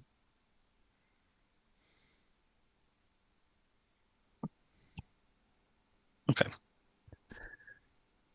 And sorry, go ahead. Roll perception, and then just tell me what you were about to say. I'm sorry, I didn't interrupt you. Okay. And so we get up to the parapet, and we are looking down into onto the dream that is crashing, correct? The dream that has crashed. Yes. Yeah, or imploding. Whatever. Yes. Okay. Falling apart. Falling apart, yes. And am I able to see the next room of the castle? The parapet leads into the central tower of the castle. Okay. All right, I'm gonna do my roll. Oh, I'm sorry, I didn't put my rerolls in there. So that's 4 successes and what Kasi can jump on down. For perception? Yeah. Yeah, hold on a sec. And I got 4 rerolls. 7 successes. Across the parapet, you can see a figure standing. Unlike the hallucinatory figure you've seen before, this one is solid. And unlike the astronauts, it appears human. You can see it from far away, but you can't see much detail from far away, but you can see a ragged red line across its throat. It turns and walks into the castle, beckoning you to follow. How is Minerva reacting? She is watching with detached fascination. Hoot. I will shrug and follow him. Minerva follows, making sure to stand behind you. Yep. I had hypothesized that we would run into a hobgoblin or perhaps a hedge ghost. I believe that we are looking at a hedge ghost. Anything I should know? Be careful. They are not in their right minds and are usually quite strong.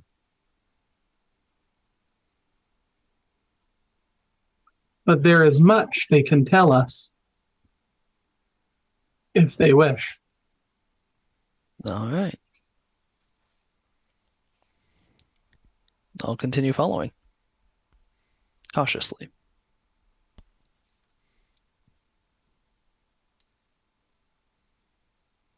Alrighty.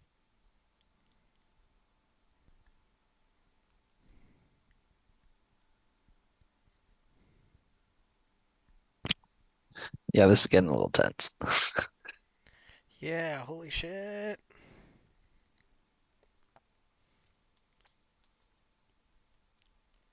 As you enter into the central room, you find yourself on a stairway leading upwards. Some of the walls of the castle have cracked here, and and fallen away, and you see yourself looking into space between the holes.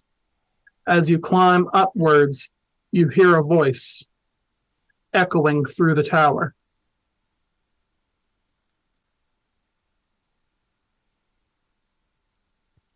I listen. I can't believe he left us here, it says. Are we ever going to get home? Are we going to die here, Doc?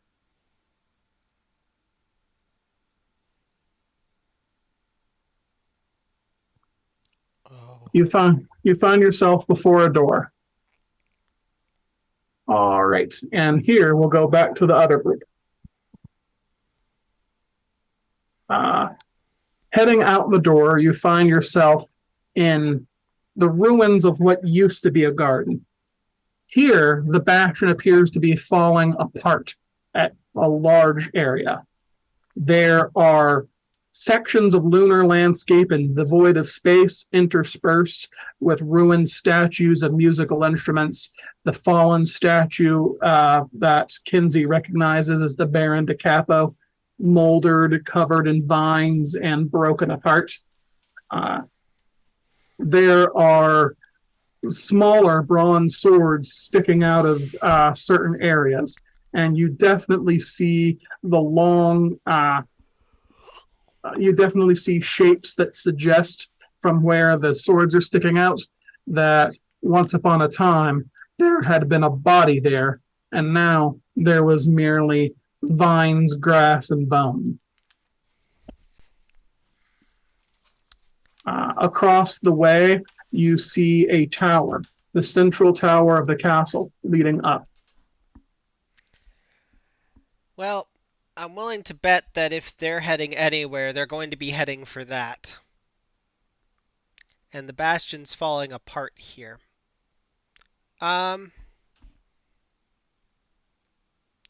So just to make sure I understand what the bastion looks like in the more steady areas, we've got like a moon looking out into the sky, right? Yep. In the areas where it is steady, you are on the lunar landscape, staring into the void or at Earth. A barren, devoid lunar landscape. The bastion itself is falling apart.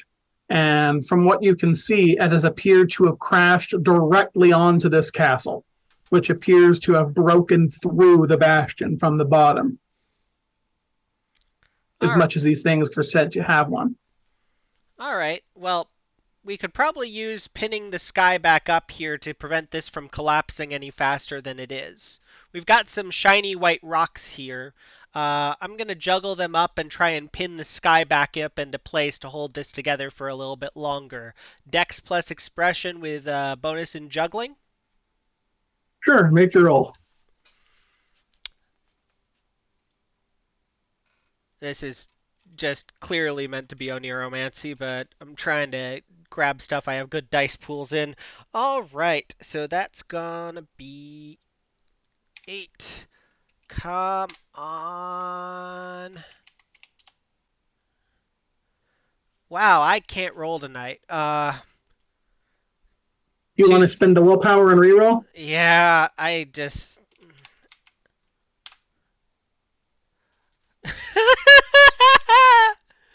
Well, we're going to consider that a mulligan.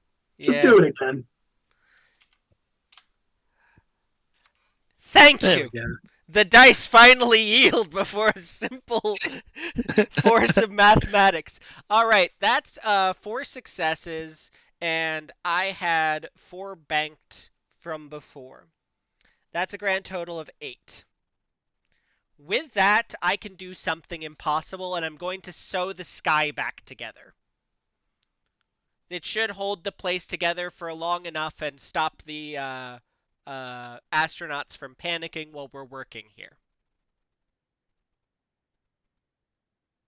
Elliot grabs some of the lunar rock and fashions it into a large needle. That needle is then tossed into the sky, where it begins sewing shut the holes in the bastion on its own. Threads of starlight hold the holes together, and here and there, astronauts who were fervently gathering more stone stop as they see the bastion being repaired. As they stop gathering stone, they turn to notice you. Upgrade Dream Infiltrator to Dream Intruder. By the way, did I mention this is going to piss off everyone here? Sorry, but I didn't know a better way to do this. 4 astronauts begin advancing towards Kinsey and Elliot. You can't... Book of Night.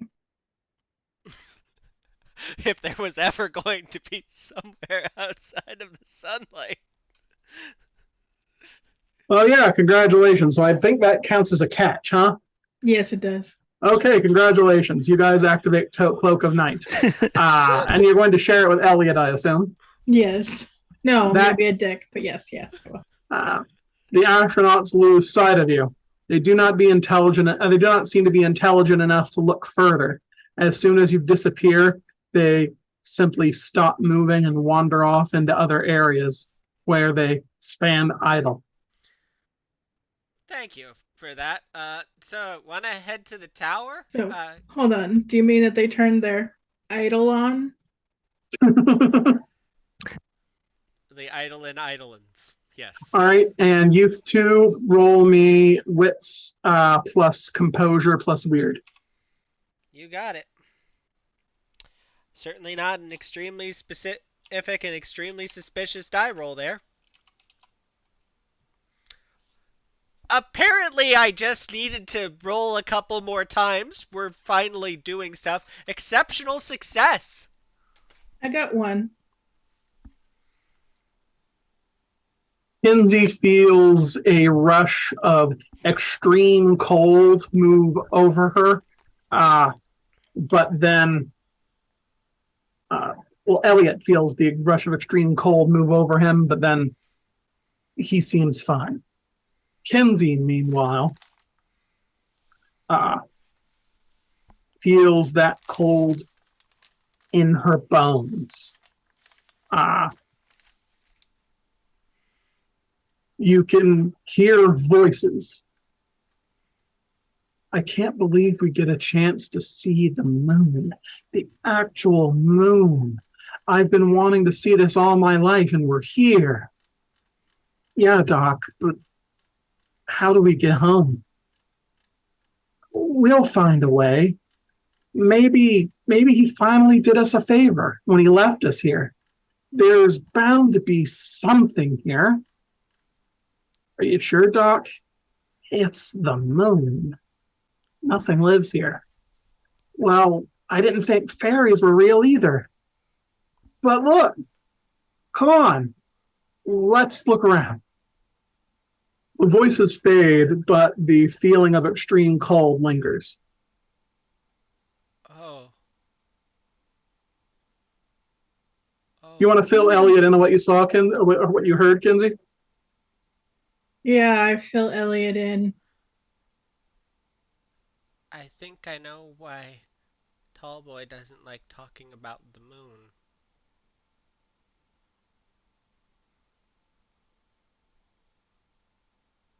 Kind of hard to take a human to the moon. They're terrible moon pets.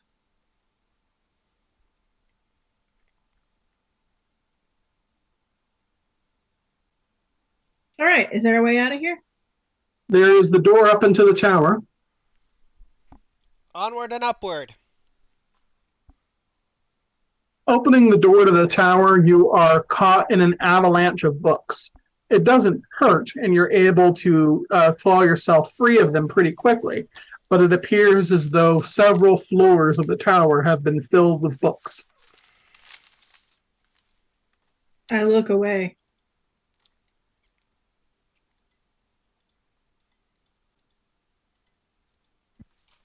I look back and the books are not touched. And I'm like, I don't know how they did it last time. I'm sorry, I can't do that again. It's not that easy. Kenzie legit just thought that they did that on their own. Checks out. No, Kenzie, I put them all away by hand. I just did it really, really fast, and I don't got the juice to do that again unless I feel like getting sick on the way home. Wow, you are a masochist. I'm used to doing a lot of manual labor. A full shift of bartending, I'm making so many drinks per night I lose count. What's handling a couple of books? Kenny, have we come close to Kit and Minerva at all? I mean, you can't see them. There is a tower that's filled with books. So, just, uh, this is another section of books here. Would you mind throwing your wits plus perception with your bonus from hedge sense to see if we can find an icon that might be familiar? Because I don't got that boost. Sure, you can make the roll, Kenzie, if you want. 4 successes. Kinsey Nice. paws through the books. She can feel the presence of souls within them, but these icons appear to be long since dead, souls passed on. None of them appear to be from living changelings. It was worth a look.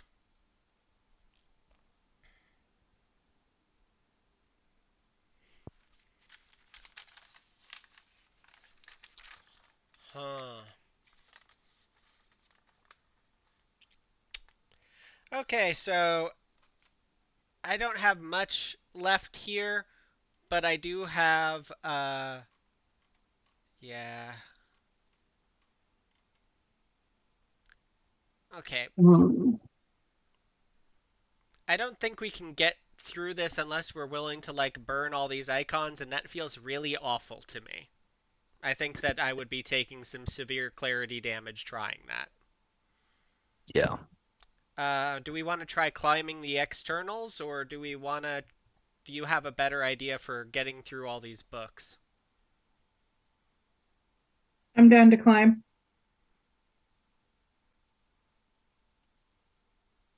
All right, so we're gonna go out to the side of the tower and see if we can't make our way up. All right. Before you do that, let me ask you real quick. Which one of you wants to make a chance roll?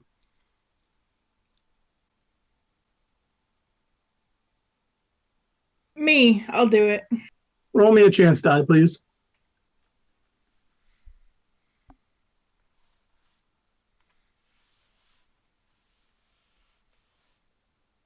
Five.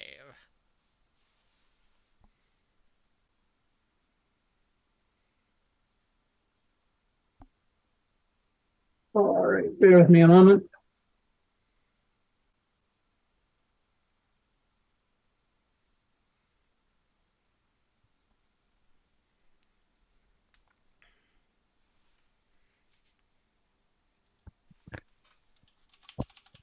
Man.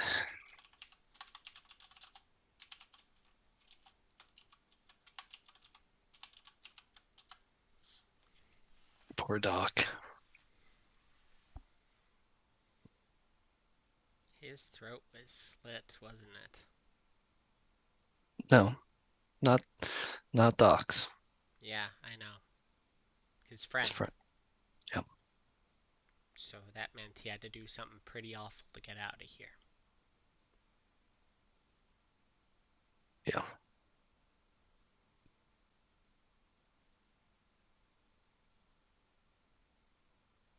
What? All right.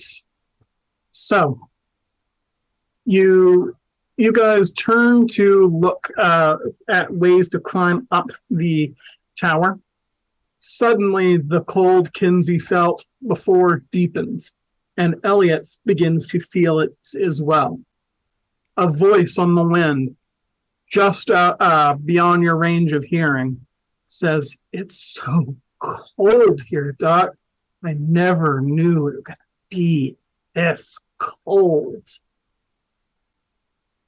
You, as you turn around, you notice that the books are frosting over.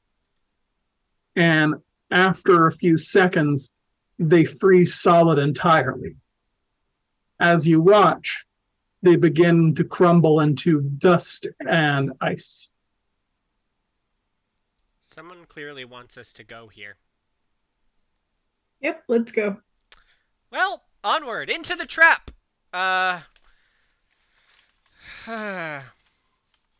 Onward, I have a tarp. You do? Yeah.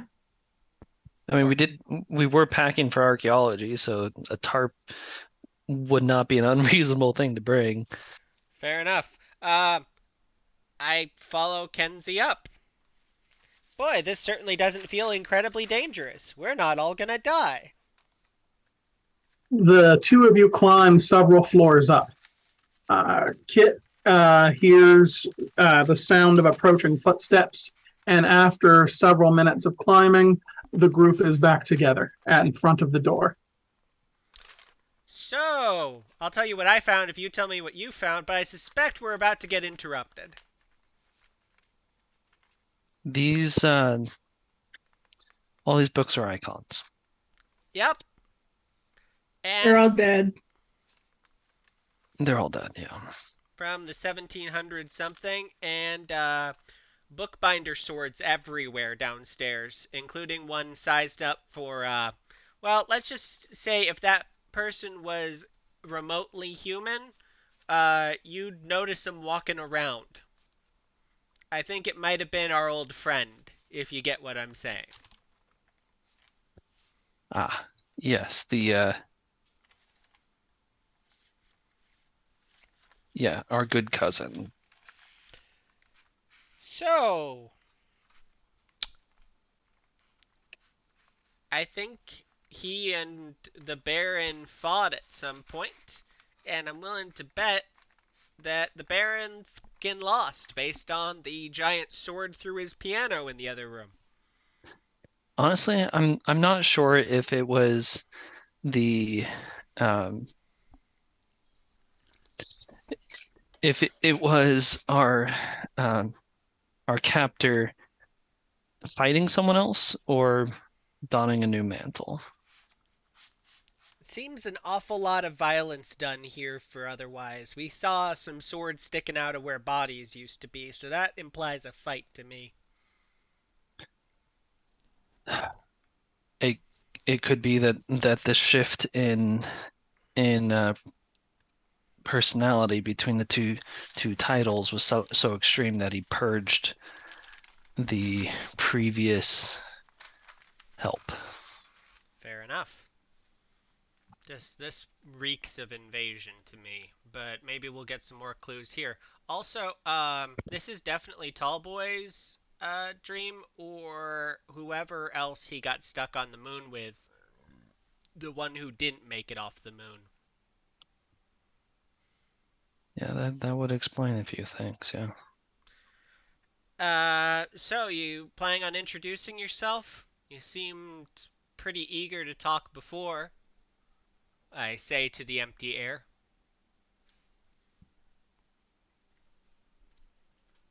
Roll please roll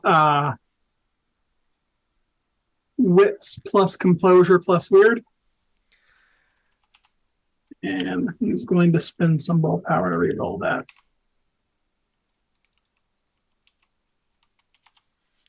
Jeez. 2 successes. I get the Everybody? feeling something bad is about to happen Okay. to me. So that was wits plus composure? Wits plus composure plus weird.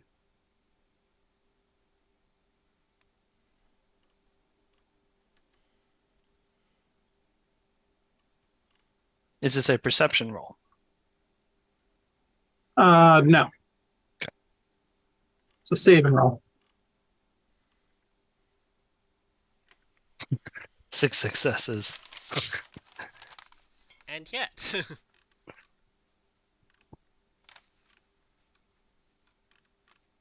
Kinsey? Oh, yeah, you already rolled Kinsey. So, Minerva? All right, Minerva steps forward and opens the door. You see a tower room. There is a flight of stairs leading up to a room at the very top of the tower. This room is filled haphazardly with the remains of broken books that have been torn in half, pages, as well as musical instruments snapped in half, crushed, bits and pieces here and there, sticking out of the walls of books. The way to the stairs is relatively clear. You also see, standing in the middle of the room, a figure. You would think a changeling looking at him. He's about normal height for a human being, wearing a dirty t-shirt and jeans, long pointed ears. You would think a fairist. Very human, except his eyes are blank white, and he has a ragged wound across his neck. Their blood still pours down from it and onto the shirt, dripping on the floor.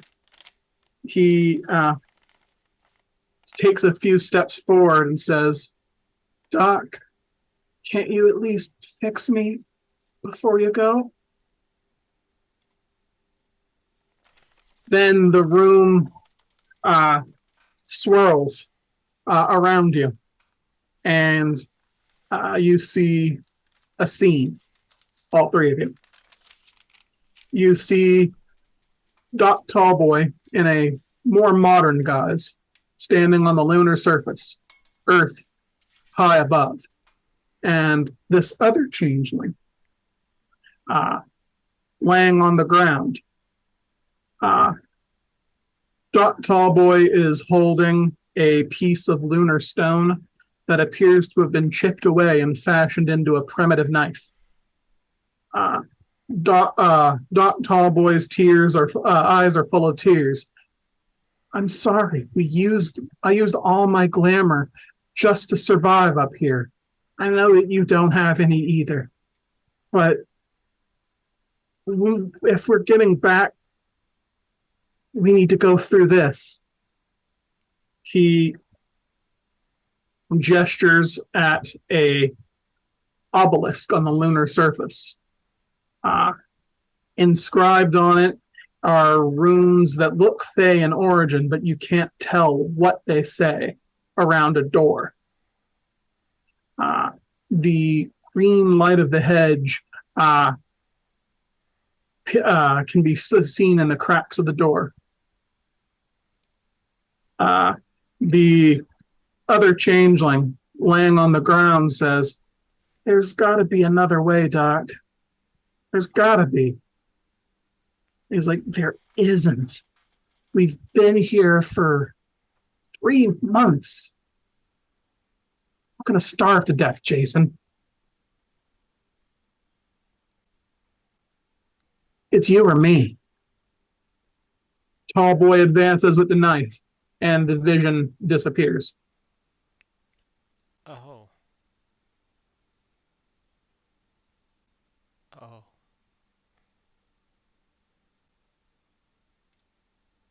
The figure is still standing there in the middle of the room. "I can follow.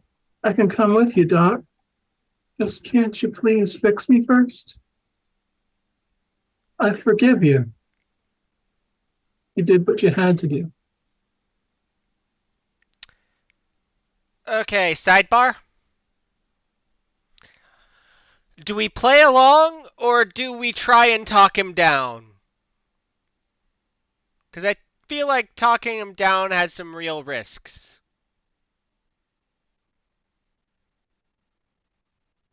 I got medicine, I got a cult, I could try and sew him up. I have a question, Kenny. Yeah. Last time we played, you ruled that our cell phones still worked in the hedge as though we were in the location it would be in the real world. Is that still true? Yeah, I'm going to rule that.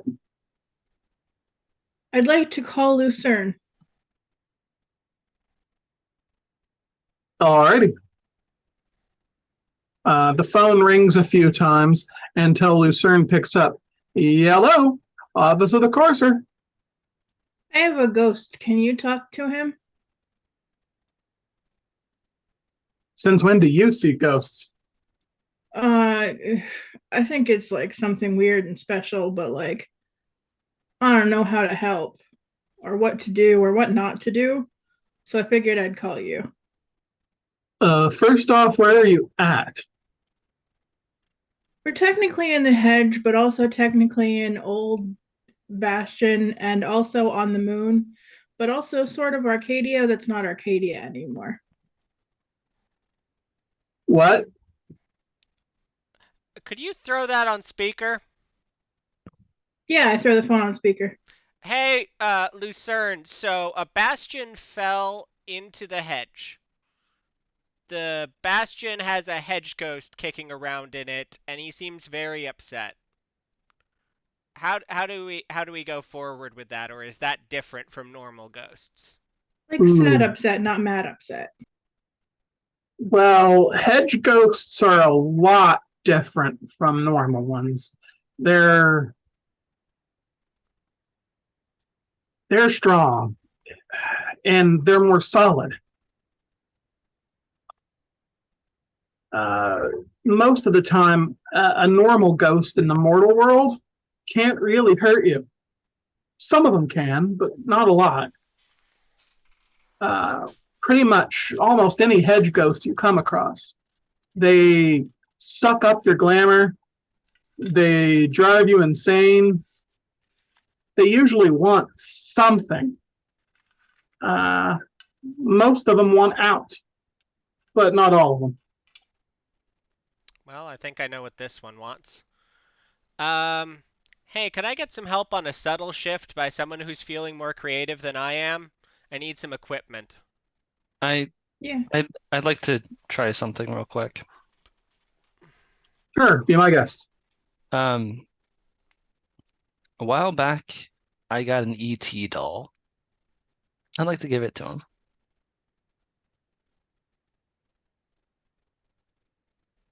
Okay. Roll me a chance die. Oh boy. That screenshot makes so much more sense now. I was like, what? I got a success.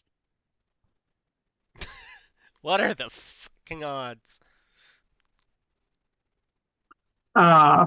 Kit takes the ET doll out of his pack and advances towards the ghost.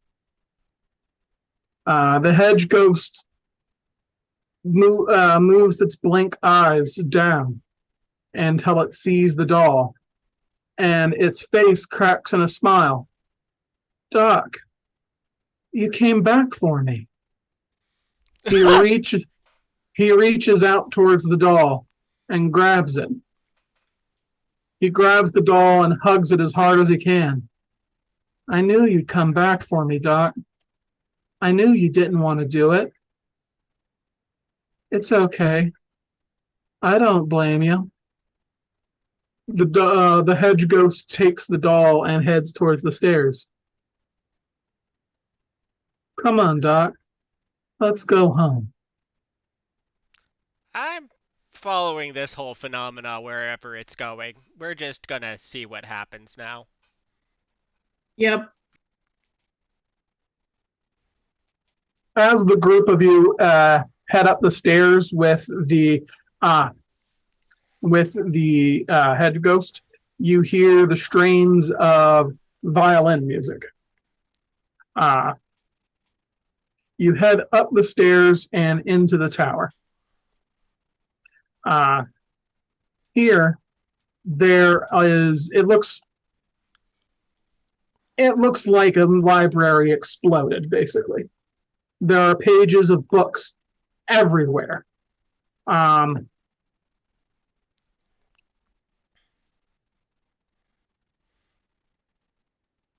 ghost is ignoring it, though.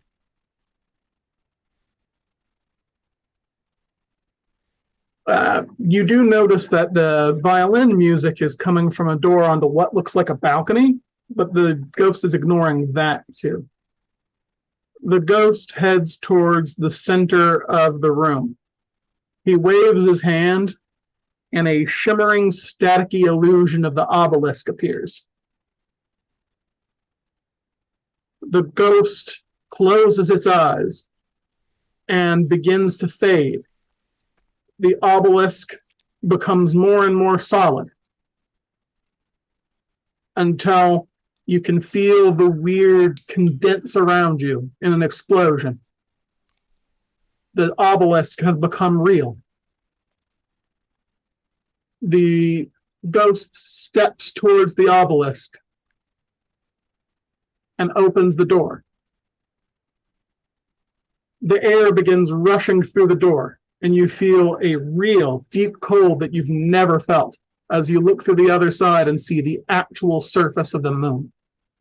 Just beyond it, a few steps away, you can see the well-preserved corpse of a fairist laying on the lunar surface, hand outstretched towards the door of the obelisk. The ghost smiles and says, "Let's go home, Doc." It walks through. As it walks through, it disappears. The doll falls into from its arms and onto the lunar soil. You can hear a voice ever so quietly say, "I'm glad we're back together, Doc. At least we can keep each other company here." The door closes shut, but the obelisk remains.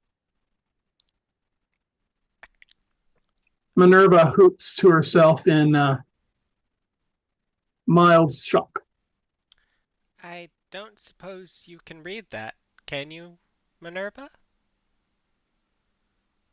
She heads up to it and begins looking around.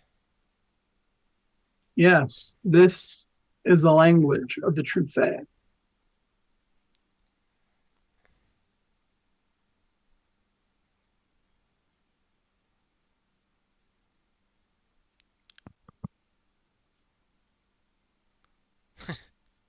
She nods and says,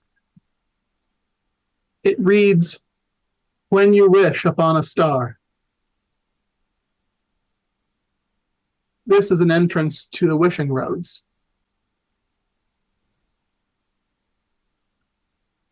It leads into the outer hedge, and from what we saw through the door, the moon. Oh. I believe that hedge ghost summoned it.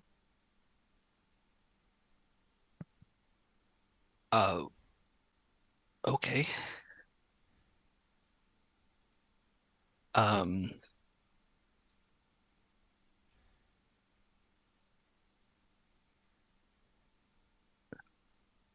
So what else do we need to look at here, Minerva? I think we should probably figure out who's playing the violin. Yeah. yeah. Let's go check that one out. And wow, I'm gonna need some real fucking time to process that. Yeah. As you head towards the door, you see something that you missed while you were paying attention to the ghost. The remains of a large ornate pillar carved from pure gold, although it has long since been overgrown. It was carved with the same clef symbol of the Baron de Kappa. The remains of a shattered glass dome is right behind it. You can see bits and pieces of burnt cloth here and there. And a few bits of the ashes go towards the door, to the balcony. Well, somebody was here recently and did something. I suppose we should be ready for violence. I say, pulling a lance beat out of my pocket. I'd like to remind, do I have to spend another glamour to extend my cloak of night? No. Okay, I extended over Minerva and Kit.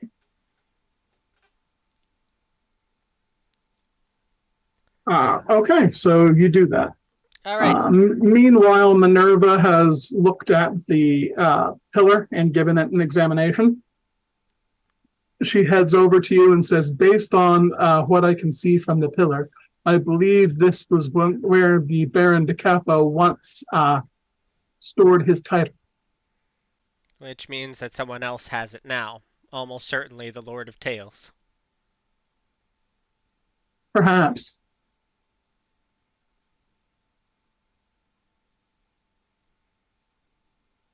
Well, let's find the music then. Yeah. About 3 feet away is the door to the balcony. Now that you're all covered behind Cloak of Night, do you want to open it? Might as well. Yep. Yes. All right.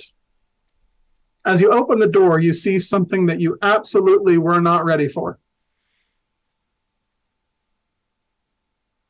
In one hand, you see a familiar figure playing a violin. Clutched between his cheek and his shoulder is the ragged, burnt remains of a title. You can just barely see the cloth has the symbol of the Baron de Kappa on it. The bespectacled gentleman has his eyes shut and is playing. He doesn't appear to have noticed you, or even that the door is opening, but you can see tears going down one of his cheeks. He stops playing briefly and says to himself, "And thus, an elegy for a dead king, and an elegy for my lost heart." He sits down on the balcony and stares up into the void of space in the bastion. He doesn't seem to have noticed any of you.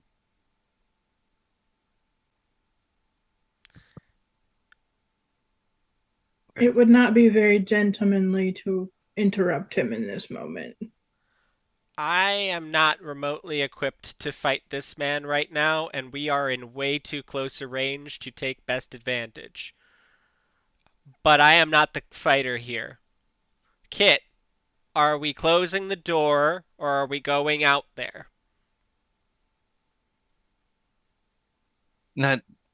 That's in the bastion, looking out over like he's looking into like the stars from essentially the moon surface, right?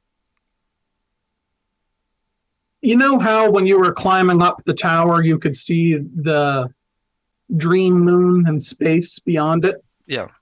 That's what he's looking up at. He's not on the lunar surface. He's on the balcony. So he's still part of the hedge. He's in the hedge looking out into the bastion. Yep. Okay. I do not feel equipped for fighting this man here, and we are at sneezing range. Yeah. I think our best bet is just to close the door and move on. As much as I would love to get more information about this place, I think we found a lot.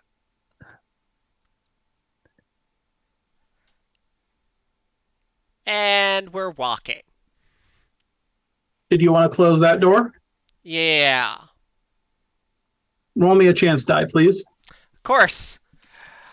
Hey, you know what?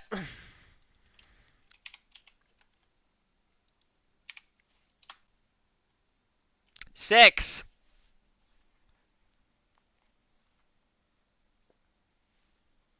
The bespectacled gentleman looks up as he hears the door close. He takes a few deep sniffs of the air and says, "Ah," flatly, and turns back to look at the sky. "I swear to do you no harm. I smell changelings, and I know these scents. Come, sit with me. I go And out this- and sit with him. This is a broken place," he says. "Do you wish to drop your cloak so that I might see your face?" I don't drop it, but I remove it from myself. He nods and says, "Yes. I smelled you three. And a fourth, a new one, and a cat." I head out, take a seat, and gesture to be decloaked. I decloak all who wish. I think we Alright, should yeah. leave the other two out of this scene. I don't Yeah. know if they're afforded the same protections, and I'm not going to chance that. But this guy seems to want to talk, so let's talk. And if nothing else, we've got a balcony over the lunar surface. I'm pretty sure we could make a pretty decent hop out of here safely. He turns to look at you and sighs. "I understand your trepidation, but for now, at least, the three of you have less to fear from me than anyone. The prince has decreed that until royal flush gives us their answer on the night of the new moon, you are to be unmolested." Fair enough. You're quite the violinist. He nods and says, "It is a skill. I feel that I may have understood the music once. I wish I remembered."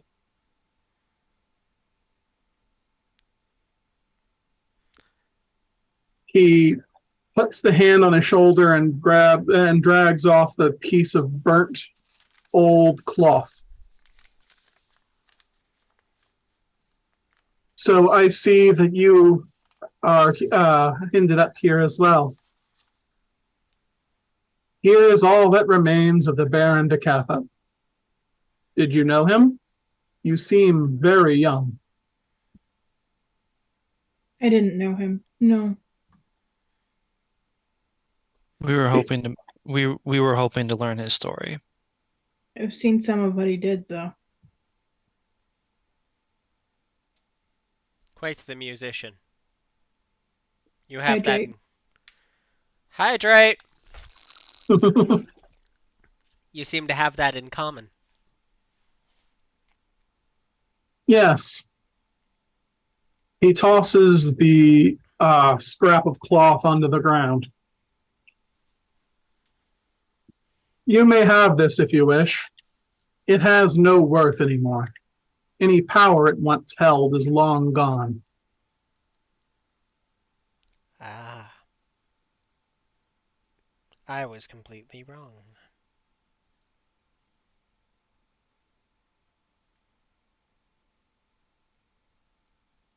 So what happened to him? That he's. Oh, excuse me. I'm sorry. You go on. Sidebar. So this is the Baron de Capo. I know that. Yeah, I was wrong earlier. I didn't know that. Once I saw him, I realized that, but I want to see what the huntsman says. Anyways, back to the conversation. My apologies.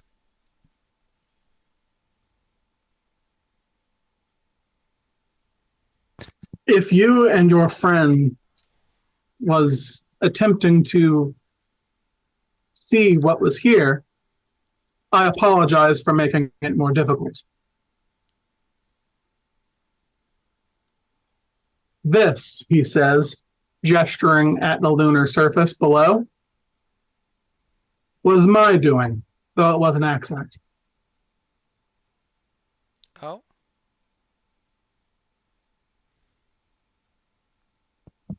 I So? was told not to hunt you. I was made to hunt you. I am younger than you. I was made specifically to hunt. So, with nothing to do when I was told not to hunt you, the only thing left was to look for what I have lost. He looks up into the sky. I don't remember what I was before I was the bespectacled gentleman, but I know I was something. I remember the sky. He puts a hand up to his chest.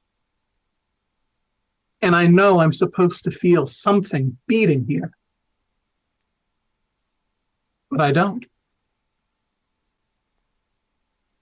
They say a huntsman's heart is hidden away. Perhaps in a dream. Yes, I heard that from my senior colleague.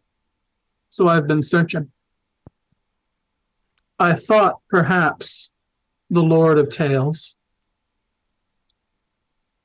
might hide my heart in obscure places. So I was looking on the wishing roads. It seems my search destabilized this bastion and sent it crashing into the hedge.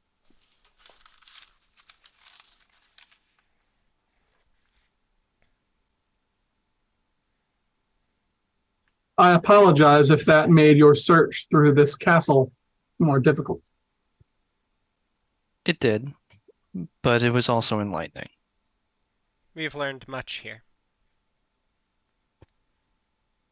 So, You've been here in this bastion for longer than us. Is the person whose dream this was Jason or Doc? He looks up and says, I believe it was originally a dream belonging to a changeling called Doc Tallboy, yes. But it seems a hedge ghost caught a ride into the bastion, and here it was trapped.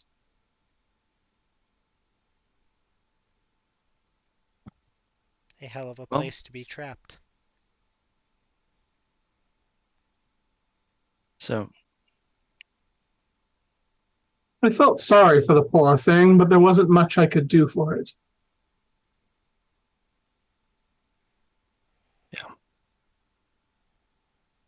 all we were able to do is give it a little bit of comfort. I could Well- help you. Oh, go on. I could help you find your heart if you wanted. That would be nice, says the bespectacled gentleman, smiling. I feel a burning need to capture you, but I know that that need is not my own.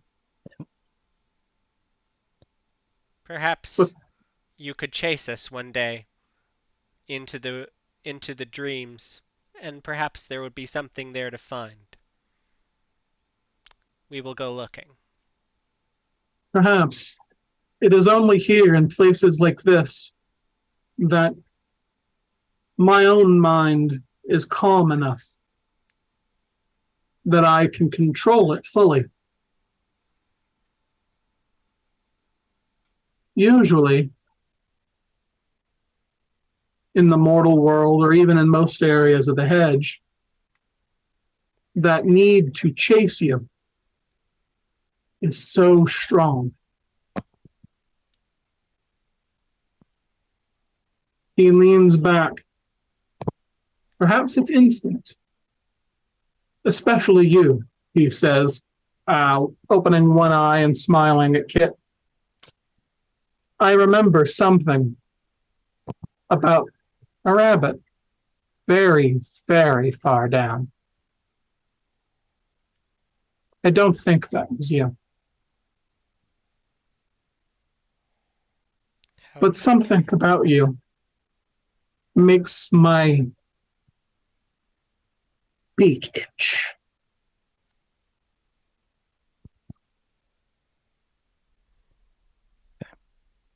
Well,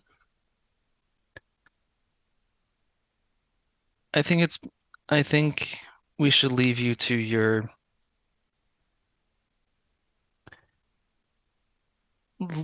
in what time you have of lucidity.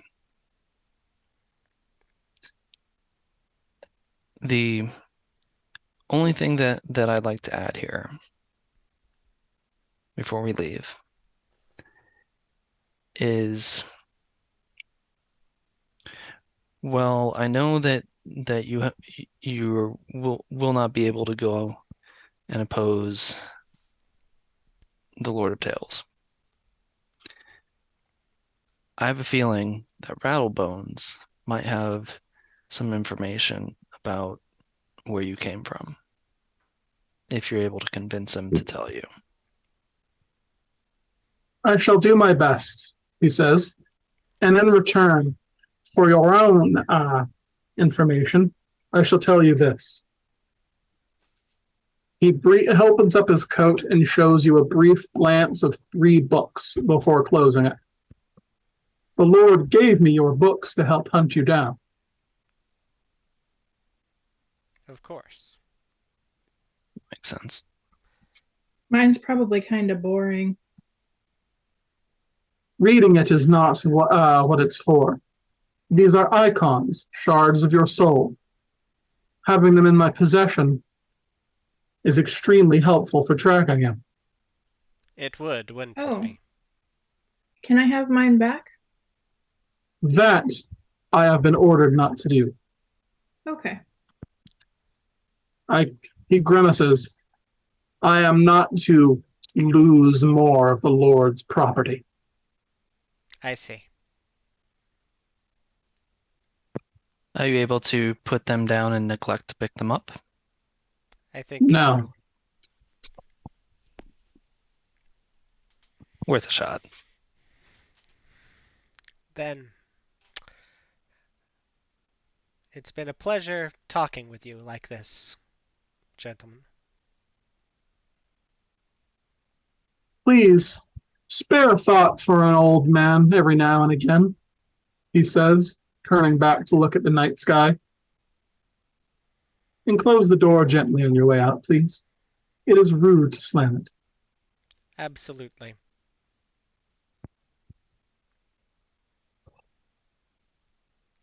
Kenny, before we leave, I'd like to do a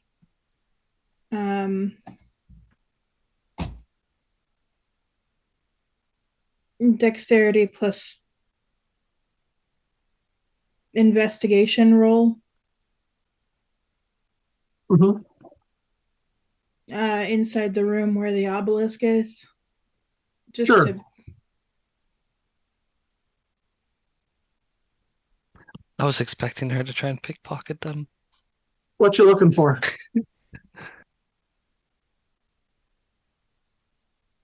I have 3 successes. I'd like to use them for hedge spinning or dream oniromancing, whichever one will work in this situation, just to make some flowers to leave on the obelisk.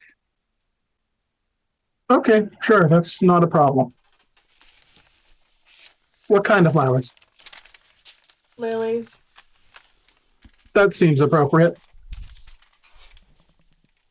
Kinsey weaves some lilies out of starlight and leaves them at the foot of the obelisk.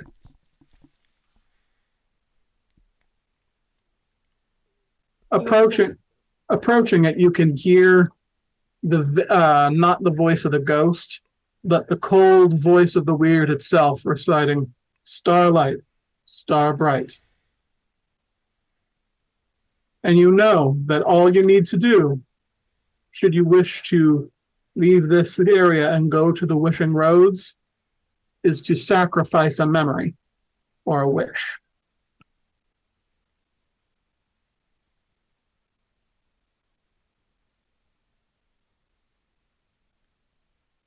You back away. There's no compulsion, but it did want to let you know. Okay. I need a drink. um. So I turn to Minerva. All right. Was there anything else you wanted to check out before we leave? Minerva is sitting on the floor of the room, appearing to be guided out of a panic attack by Bob. After a few moments of Bob patting her on the shoulder and meowing in her face, she catches sight of herself again. She gets up and begins shaking her head until she sees the ragged remains of the title laying on the floor. Her eyes widen, and she immediately dives for it, snatches it, and puts it in her pack. Woo, she says. No, we can go now. This makes it all worth it. I think we should circle around to that room with the swords. I think you might be able to glean something out of that, and then we should head out. I guide them back to the way we came from. Alrighty. Heading back down the tower, through the garden, and into the auditorium. Minerva stops by to look at the smaller swords, confirming that they are stuck in old, moldering, overgrown piles of bones. She comments that these were likely changelings, as it's unlikely that hobgoblin bones would look so humanoid.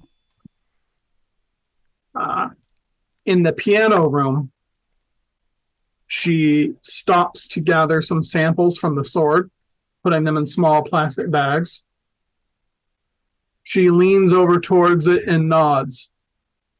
I believe this sword is at least 130 years old, but I would sooner put it somewhere around 200.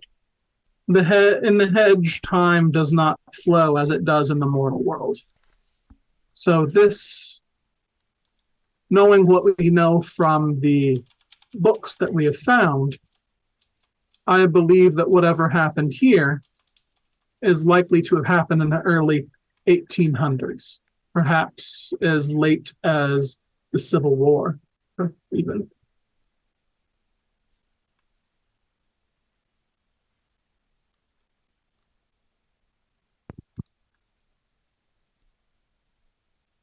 That's interesting. Kenzie tries not to snore. I'm going to do something that is going to be very jarring. I'm gonna see if I can take the I like to take a couple of the bones. Alrighty. Anything in particular? Let's go with let's see if I can get the bones of a thumb and also a like the forearm. All right. Roll me wits plus investigation. Okay. And adding to the list that Void has been keeping, we're adding grave robbing. Yeah.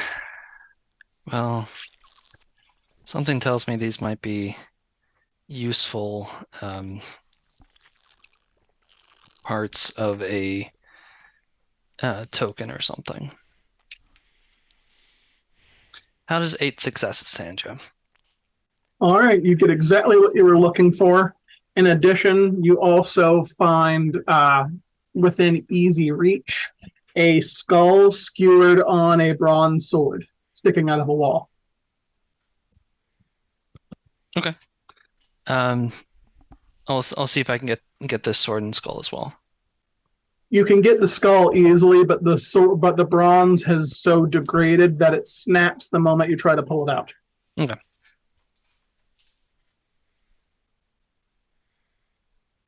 All right, I think we're headed for the exit then.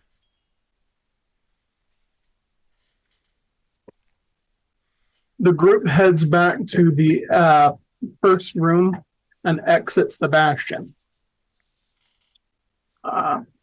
As you do so, the bastion collapses around you. Pieces of dream stuff lie on the hedge floor, and the castle is fully exposed to the hedge once more. The brambles that were holding back the bastion begin to slowly recede back into the thorns.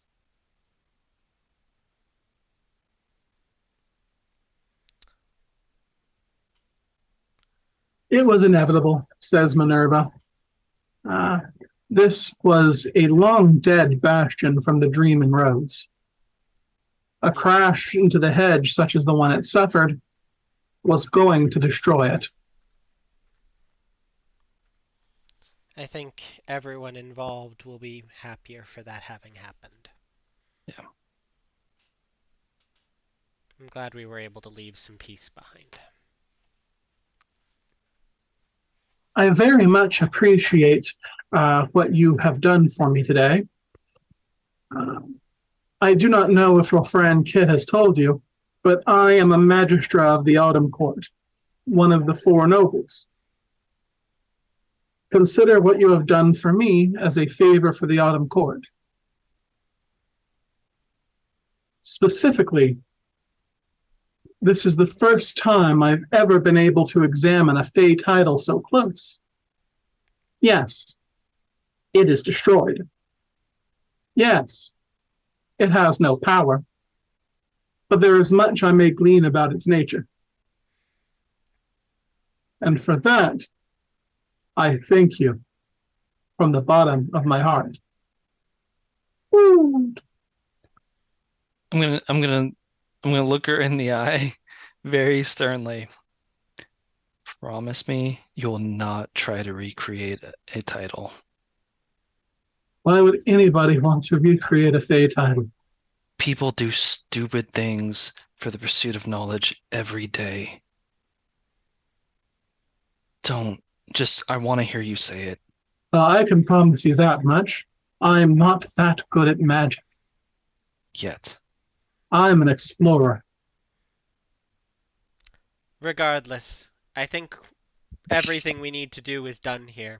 And I need to wash this place from my mouth with enough alcohol that I don't remember how I got home. Care to join me? Alrighty.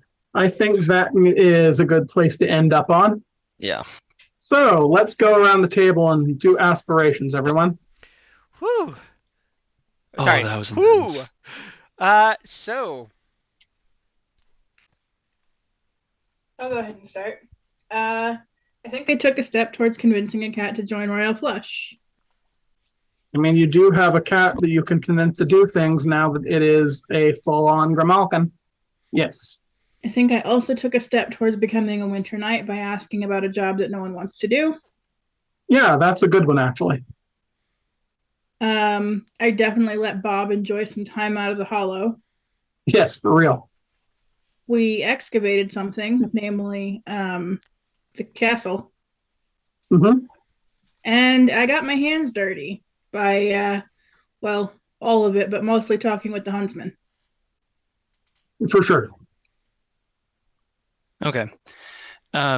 So I don't think I made any steps towards crippling the bookbinders.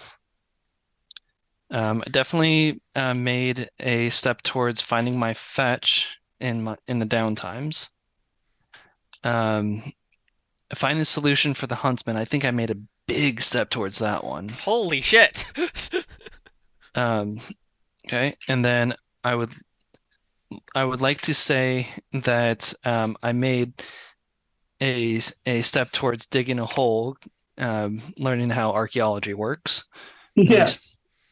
And then I think that I also made progress towards proving myself to the freehold. Yes. We've done a major favor to your court's nobility. I'm pretty sure that's going to get you some distance. Yeah. All right. And Jeff, I believe it's your turn. All right, so square things with Verona. We're not done with that one, but we made some real progress because she's no longer viewing us as Kenzie as hostile, which will give us a chance to talk things out. Make like Indiana Jones. I mean, this session. We did a lot. Great on Gatsby. I got some more clues as to Gatsby's identity.